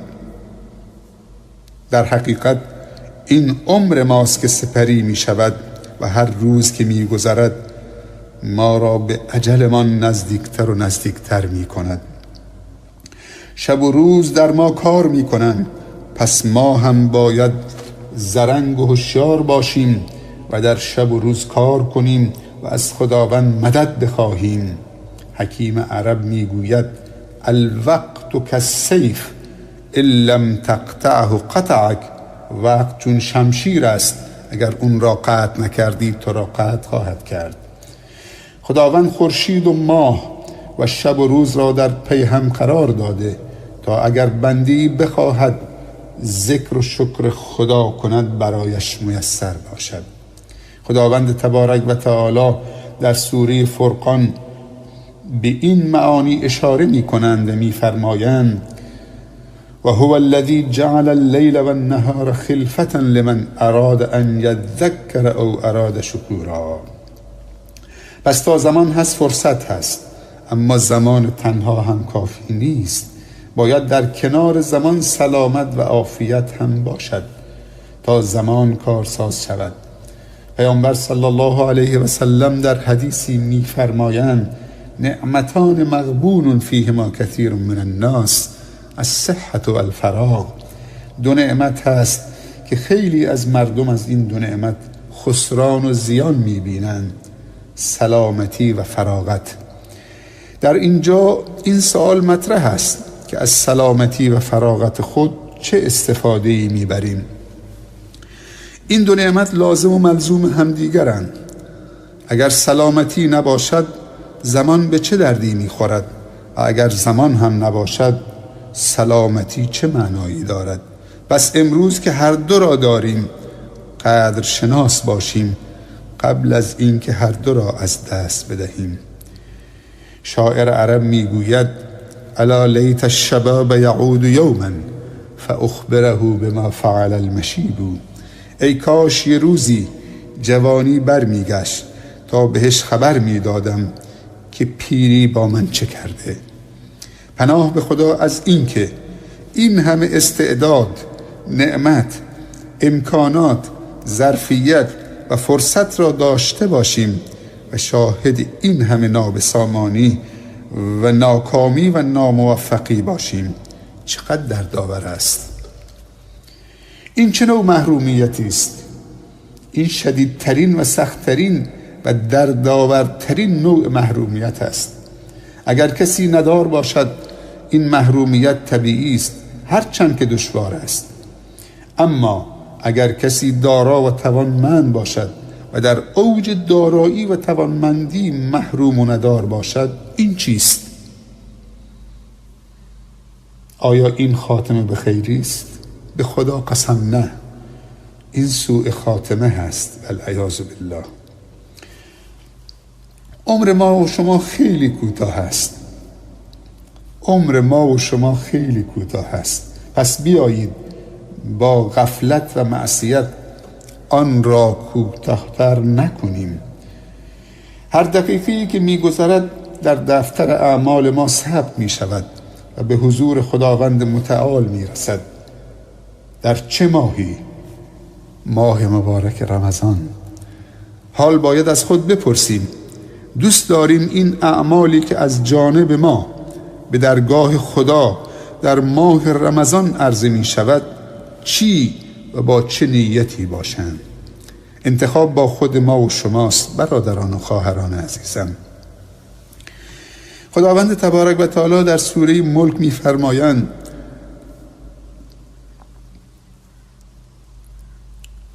بسم الله الرحمن الرحیم تبارک الذی بیده الملک و هو علی كل شیء قدیر الذي خلق الموت والحیاة لیبلوکم ایکم احسن عملا و هو العزیز الغفور. خداوند متعال در این آیات بیان می کنند که هدف از خلقت مرگ و زندگی ابتلا و امتحان است که کدام یک از ما و شما نیکوترین و بهترین عمل را انجام می دهیم.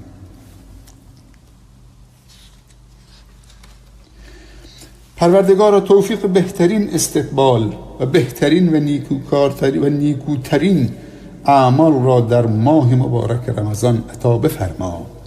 پروردگار ما را در ماه مبارک رمضان از جمله بیدار شدگان و هوشیار شدگان و آگاه شدگان و قبول شدگان و مغفرت شدگان و رحم شدگان و نجات یافتگان و سعادتمندان و رستگاران بگردان. پروردگارا رمضان را توشی نه برای یک سال ما بلکه برای یک عمر قرار بده. پروردگارا ما را از رمضان راضی و خوشنود و رمضان را از ما راضی بگردان. پروردگارا توفیقات و برکات شب قدر را نصیب من بفرما. پروردگارا در ریانی که در بهشت مخصوص روزداران است و به فردوس اعلی باز می شود بر روی ما بکشای و ما را از این در به جنت الخلد خودت داخل بگردان و دیدار خودت را عنایت بفرما. پروردگار از رمضان را ماه بازگشت بندگانت به سوی خودت و ماه نصر و پیروزی بزرگ امت محمد صلی الله علیه و سلم قرار بده. پروردگار رمضان را سالهای متوالی و زمانهای متعدد به سوی ما بر بگردان. پروردگار ما به خاطر ماه مبارک رمضان از تو تشکر و قدردانی و سپاسگزاری می کنیم و از تو به خاطر همه گناهان و تقصیراتمون عذرخواهی می کنیم.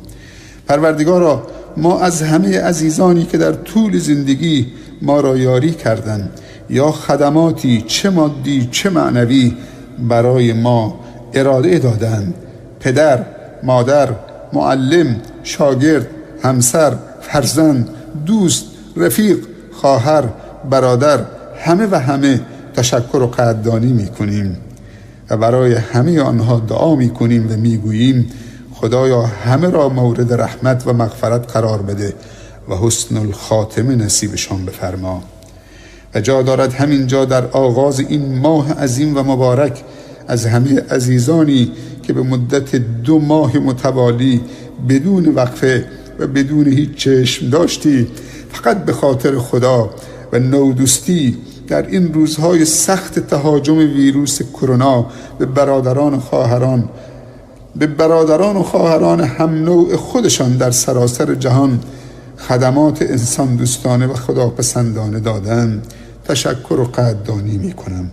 خصوصا جامعه پزشکی و پرستاری و داوطلبان و مجاهدان عرصه سلامت که ایثارگری و فداکاری و از جان گذشتگی را در عالی ترین سطوحش به نمایش گذاشتند، آن هم در روزهای سختی که همه از ترس و وحشت و احساس خطر و ناامنی، حتی علمای دینی و روحانیونی امثال بنده که این همه روی منبر درباره ایثار و فداکاری و از جان گذشتگی و توکل و نودوستی صحبت می کردن، میدان را خالی و صحنه را ترک و در خانه ها مخفی و متواری شدن، به جز تعداد اندکی که به طور فعال حضور پررنگ داشتن و در کنار مردم و پزشکان ایستادند، همه با لباسهای سفید فرشته های نجات در قالب انسانها در صحنه بودند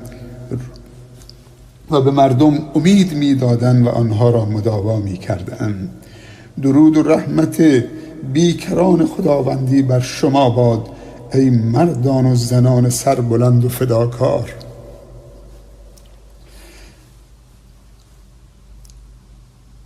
ای پزشکان و ای پرستاران عزیز و دوست داشتنی. و همچنین جا دارد از مردم خوب و دوست داشتنی محلمون سوروی بندر عباس، خصوصا جوانای عزیز، خواهران و برادرانی که وقت، مال، جان و سلامتشان را در کف دست گذاشتند و به کمک مردم شتافتند و هیچ وقت ترس، خستگی و ملالت به آنها در راه خدمت به هم نوعان و هم محله خود راه پیدا نکرد و اخلاص و ایثارگری و از جان گذشتگی را در بهترین نوع ممکن به نمایش گذاشتند. و در کنار این عزیزان خانواده های عزیزی که پشت صحنه در طول این مدت غذاهای گرم، صبحانه، نهار، شام و میان وعده ها را تدارک می دیدن و از تمامی اعضای ستاد مردمی کرونا در محله و هیئت رئیسه باشگاه فرهنگی ورزشی اروند و انجمن خیریه خاتم النبیین بندر عباس سورو و همه عزیزانی که در تهیه و توزیع سبدهای کالای مهربانی و نودوستی و همه برادران و خواهران عزیزی که در تهیه پارچه و دوخت و توزیع ماسک مشارکت داشتند، از همه و همه به خاطر همه محبت‌هاشون و همراهی‌هاشون تشکر و قدردانی می‌کنم. خداوند تبارک و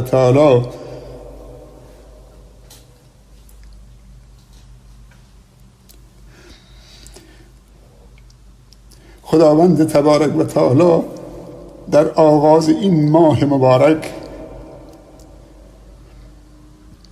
به همه شما ایثارگران عرصه خدمت استقامت، پایداری، عزت، سربلندی و رستگاری و خاتمه به خیر عنایت بفرماید و با فرارسیدن این ماه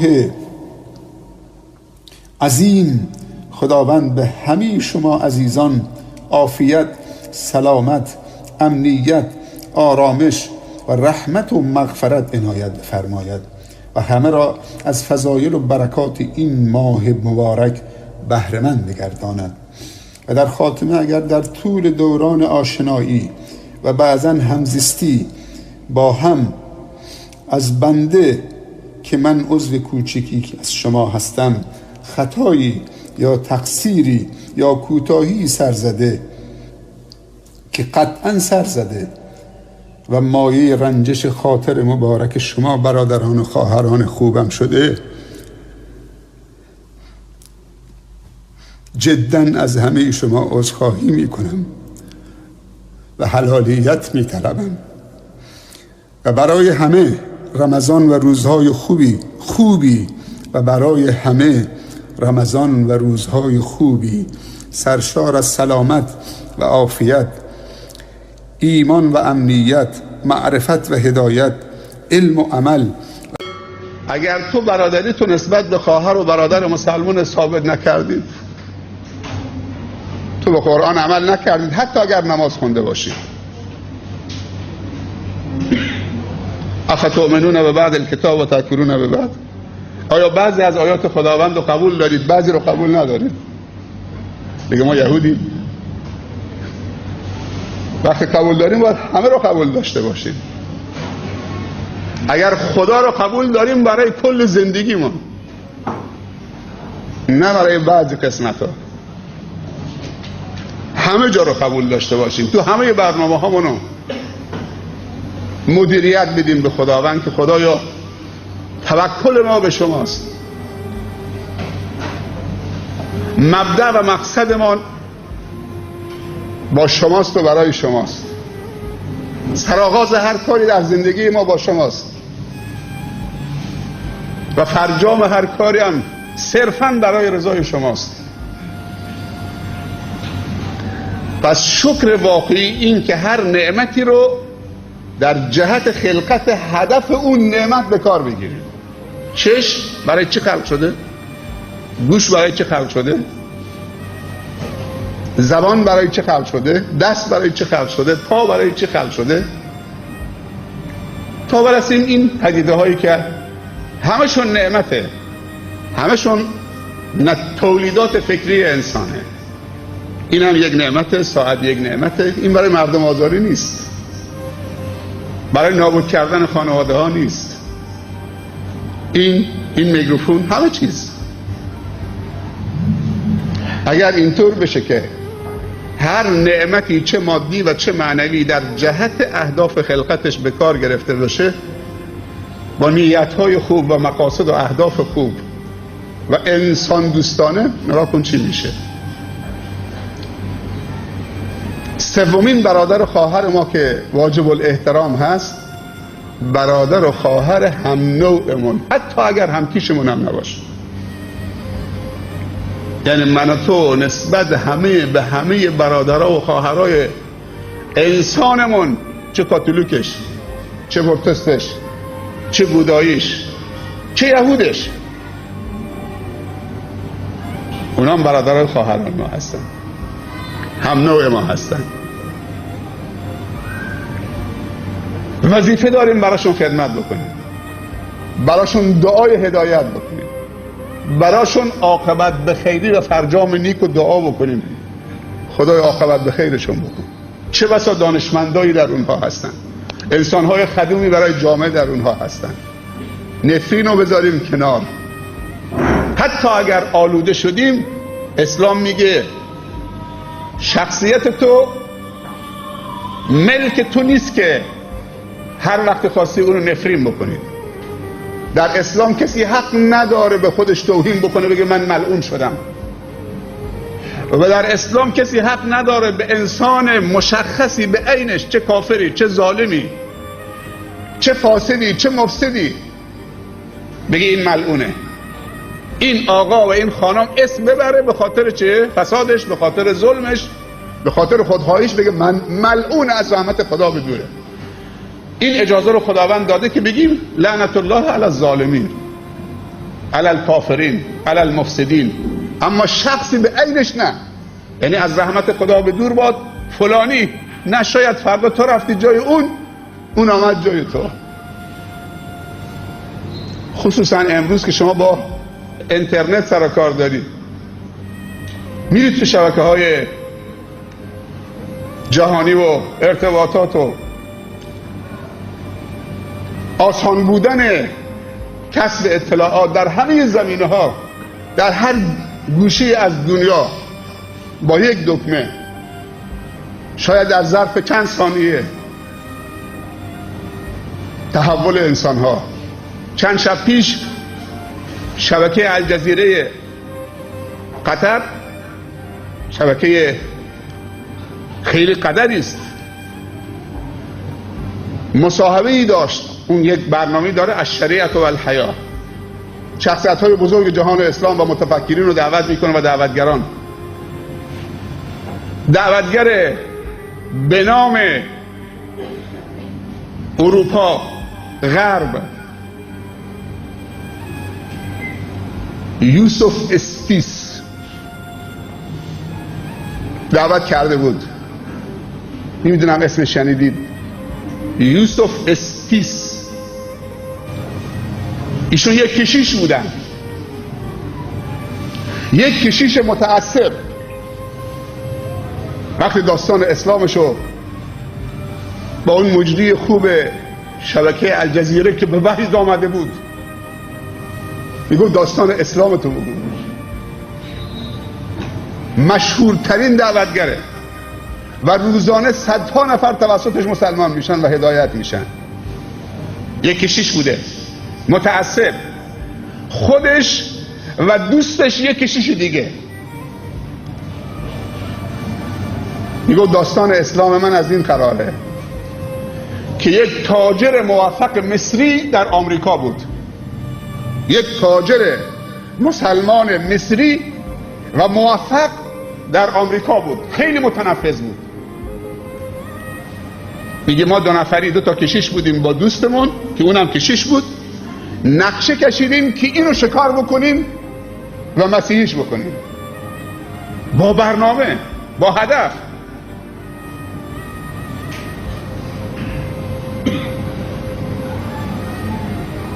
ولی میگه نتیجه مقدوس شد. ما دو تا کشیش با برنامه میخواستیم این تاجر، نه یک متفکر دینی، یک تاجر،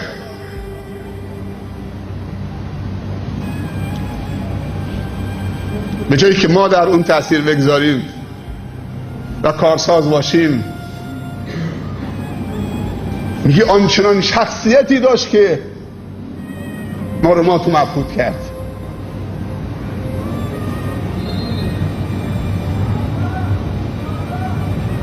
نگاهاش، استقرار و آرامشش، انسان ساده اما مهیب با هیبت، چون رابطش با خدا خیلی تقویت کرده بود. از نظر تقوا خود یوسف استیس میگه که من به تقوای این مرد در آخر زمان ندیدم، اونم یک تاجر، نه یک عالم و طلبه، یک تاجر تو غرب که باید به هر طرف کشانده بشه. تجارت جهانی دست یهوده. تو کشورهای اسلامی هم امروزه چه؟ روز جمعه تعطیل نیست، به خاطر که اونجا یک شنبه تعطیله. نهایتا خودشون رو وفق دادن اگر روز جمعه تعطیل بکنن چه؟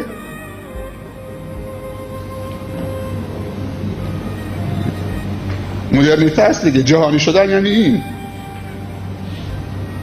وقتی تو استقلال ندارید، اقتدار ندارید، نه اینکه نداریم، داریم، اما در عین دارایی نداریم. این خیلی بده، خیلی بده که ما در حین دارایی ندار باشیم. چی کم داریم؟ این همین نیرو نشسته. بچه ها وقتی که اسم دانشجوهای بستک خونده شد خیلی تشویق جانانه کردن.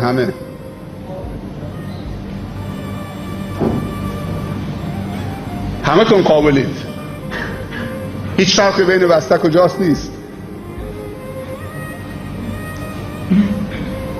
ولی اینو بهتون بگم که تا 10 سال ما یک معلم زن در 168 روستا و 90 روستای سیریک نداشتیم. یک معلم زن، اونم یک خانم بنار بود که عوضی بود.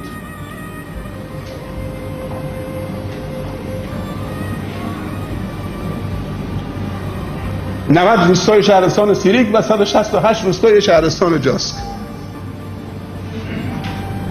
ولی سال گذشته فقط 100 نفر استخدام عضوپرورش شدن که اکثرا چه خواهر بودن.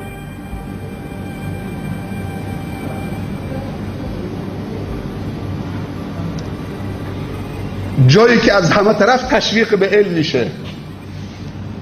یه زمانی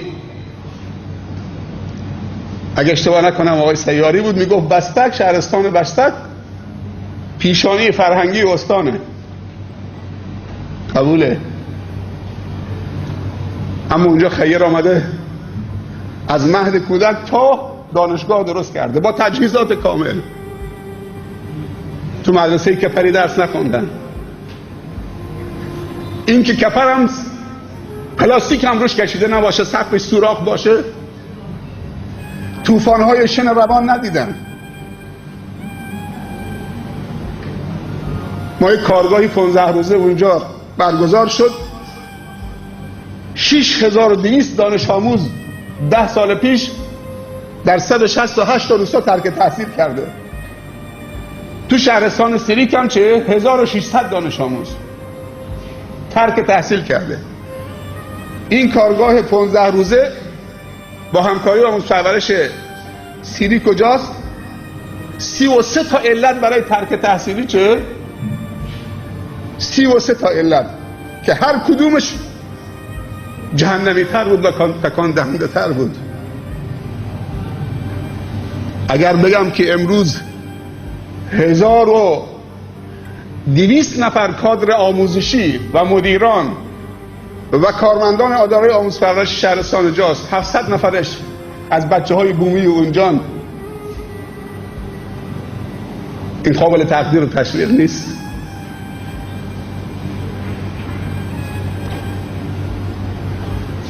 هیچ کس اونجا کسی رو تشویق نمی کنه.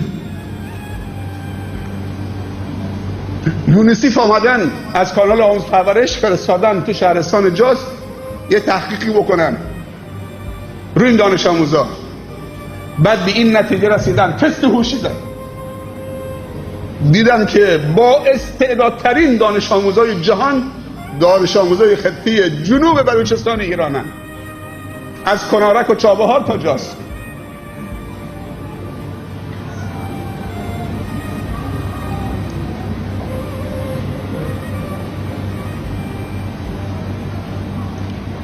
ولی طوری والدینشون رو تزریق کردن و تفهیم کردن که اگر بچه 2 تا بچه داری، یکی فرستادی مدرسه دولتی، دومی نباید بفرستی.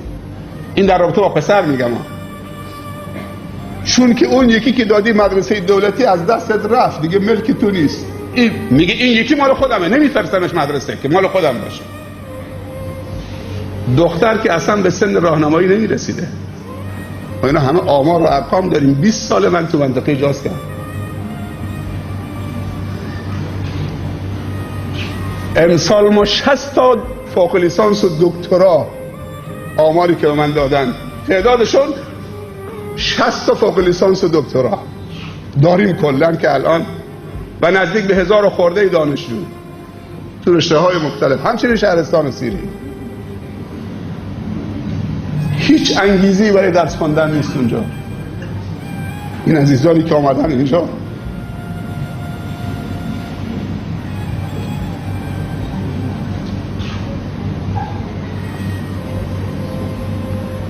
یه جایی از همه طرف داره تشویق میشه، خیر داره هزینه میکنه، مدارس لوکس، تجهیزات اوکیه، آزمایشگاه. من یه سفری آمدم در اثناء برگزاری آزمون سراسری تو شهرستان جاز، تو شهرستان بستک کاری داشتم. رفتم در مسجد جامع، روز جمعه بود، مسجد جامع پر بود. آزمون تو مدرسه دینی، مجتمع دینی، تو مدرسه، تو مسجد جامع بستک. سوال کردن چند نفرن که شرکت کردن، گفتن 2000 نفر. 2000 نفر شرکت کردن. وقتی که آقای فرشیدی رئیس آموزش پرورش شهرستان سیریک شد، آقای فلاح هم جاس بود. یه شب ما از جاس آمدیم سیریک. آقای فرشیدی گفت شیخ با ما همکاری بکنید. گفتم تو دست بده که امسال 20 تا دانشجو به ما بدید. گفت شیخ دست میدم، فقط 20 تا توی شهرستان 90 روستایی. گفتم اگر تو 20 تا دانشجو دادی هر چی میخوای من انجام میدم.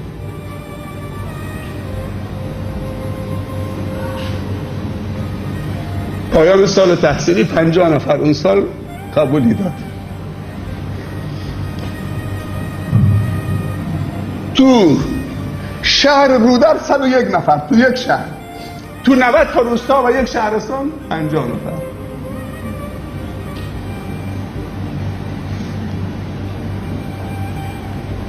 تاشون فوق لیسانس بودن از اون 101 نفر رودر.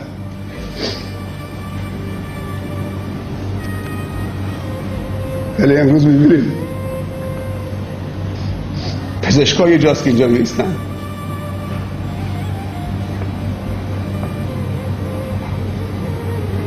شصت تا فوق لیسانس و دکترا الان تو جاست.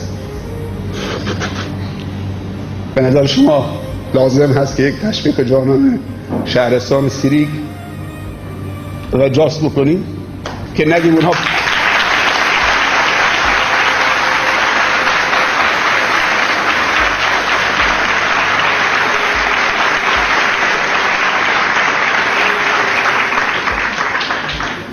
حالا یک تشویق جانانه همه خودتون.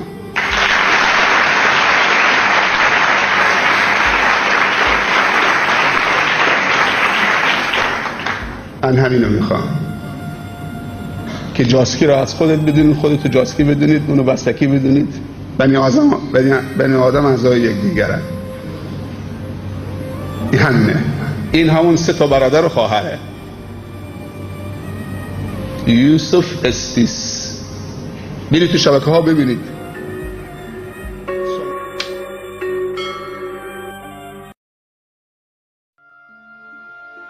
ادیسون در خاطراتش می نویسه یه روزی خانم مدیرمون که مدیر مدرسه‌مون بود یه یادداشتی به من داد. ادیسون میگه یادداشتش بخون. تو خاطراتش نوشته یه روزی تو مدرسه بودم، خانم مدیر مدرسه به من یادداشتی داد، تو پاکت گذاشت، گفت ادیسون اینو ببر به مامانت بده. ادیسون سر نامه رو باز نکنید، بهش نگاه نکنید، این نامه مال مامانته. ادیسون بچه بود، حرف مدیر رو گوش داد، نامه رو برد به مامانش داد، ولی کنجکاو شد. بچه های کوچه خیلی کنجکاوند.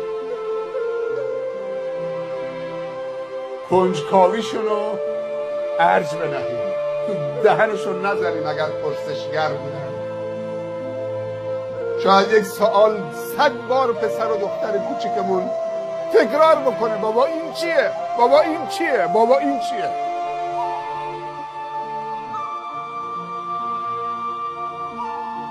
ادیسون نامه رو برداشت رفت خونه، به مامانش گفت مادر امروز خانم مدیر یک نامه داده که من به شما تقدیم میکنم. مادر نامه رو گرفت، وقتی نامه رو باز کرد نوشته بود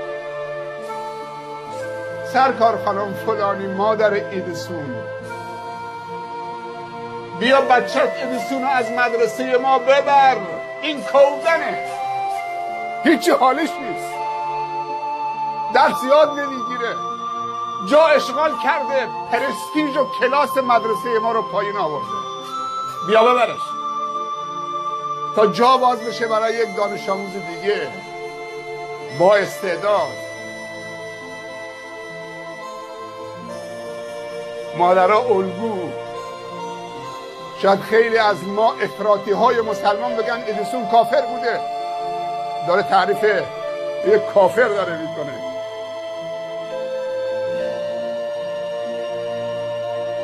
مسلمان بودن و کافر بودن و خوب بودن و شاکر بودن و اینا که کار من و تو نیست که بخوایم قضاوت بکنیم، کار خودشه. ما وظیفه‌مون انجام بدیم. علم مذهب نداره، دانش مذهب نداره. تحقیق و پژوهش مذهب نداره، انسانیت مذهبش زیبایی مذهب نداره، مذهبش جهانیه، بین المللی است. تو وقتی یه نقاشی زیبا میکشید این مذهبش زیباییه. این گل زیباست چون مجبوره که زیبا بشه، خدا زیبا خلقش کرده. هیچ کسی نمیتونه بگه این گل زیبا نیست.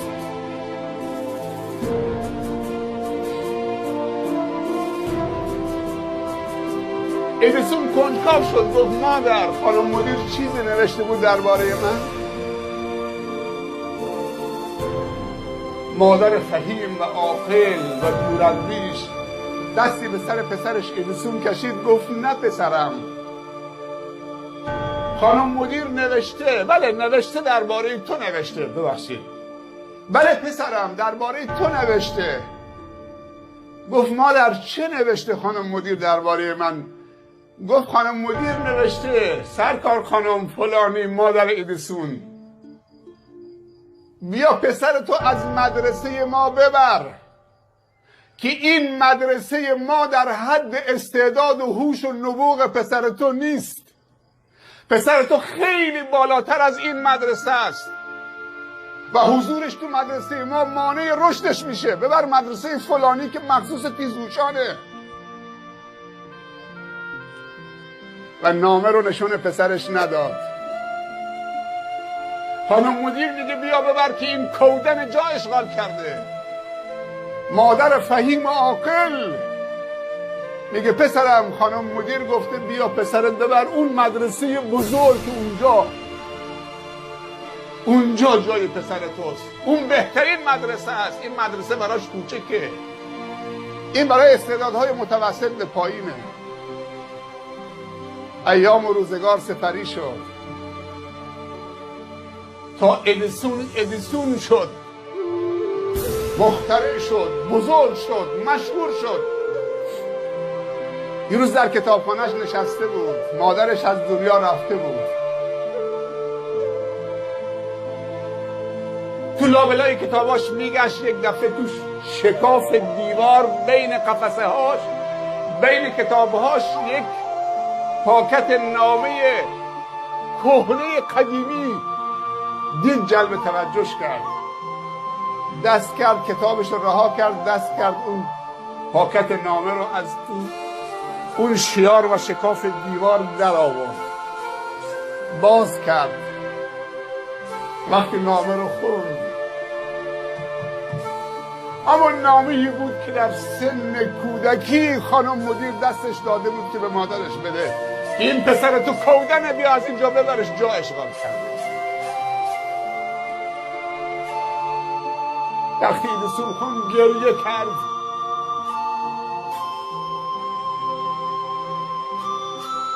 به احترام مادرش بلند شد.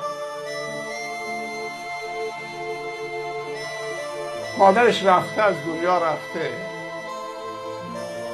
گفت مادر تو قهرمان زندگی منید، تو زندگی منو ساختید. ادیسون نشد مگر با تشویق و ترغیب و حمایت مادری چون شیرزنی مثل تو. ادای احترام کرد به مادرش.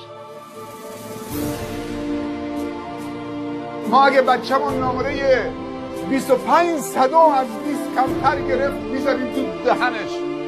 ای کودن، ای نفهم.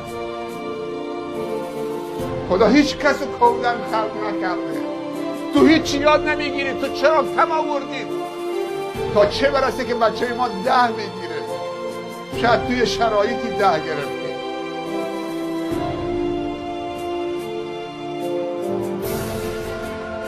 « 99% استعدادها متوسط به بالاست، 1% متوسط به پایین.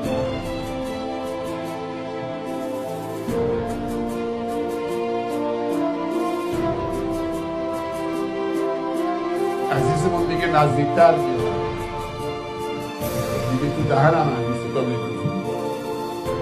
نمیشه که یه سری برگرفتگی هم داره وقتی که زیاد لبم بذارم اینجا. ولی خب میگه صداد ندارم.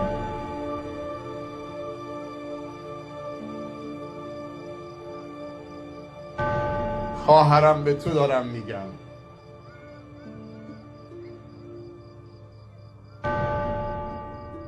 تو مادری،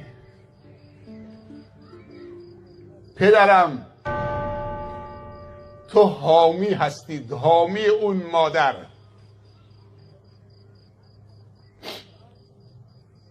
یه لطیفه بگم.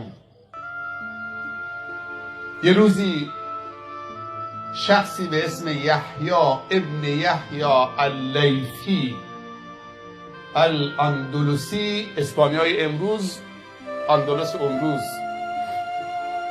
یه نوجوانی این همه راه آمد در اون زمان به مدینه تا به محضر امام مالک رحمت الله علیه برسه و در حلقه علم امام مالک شرکت بکنه.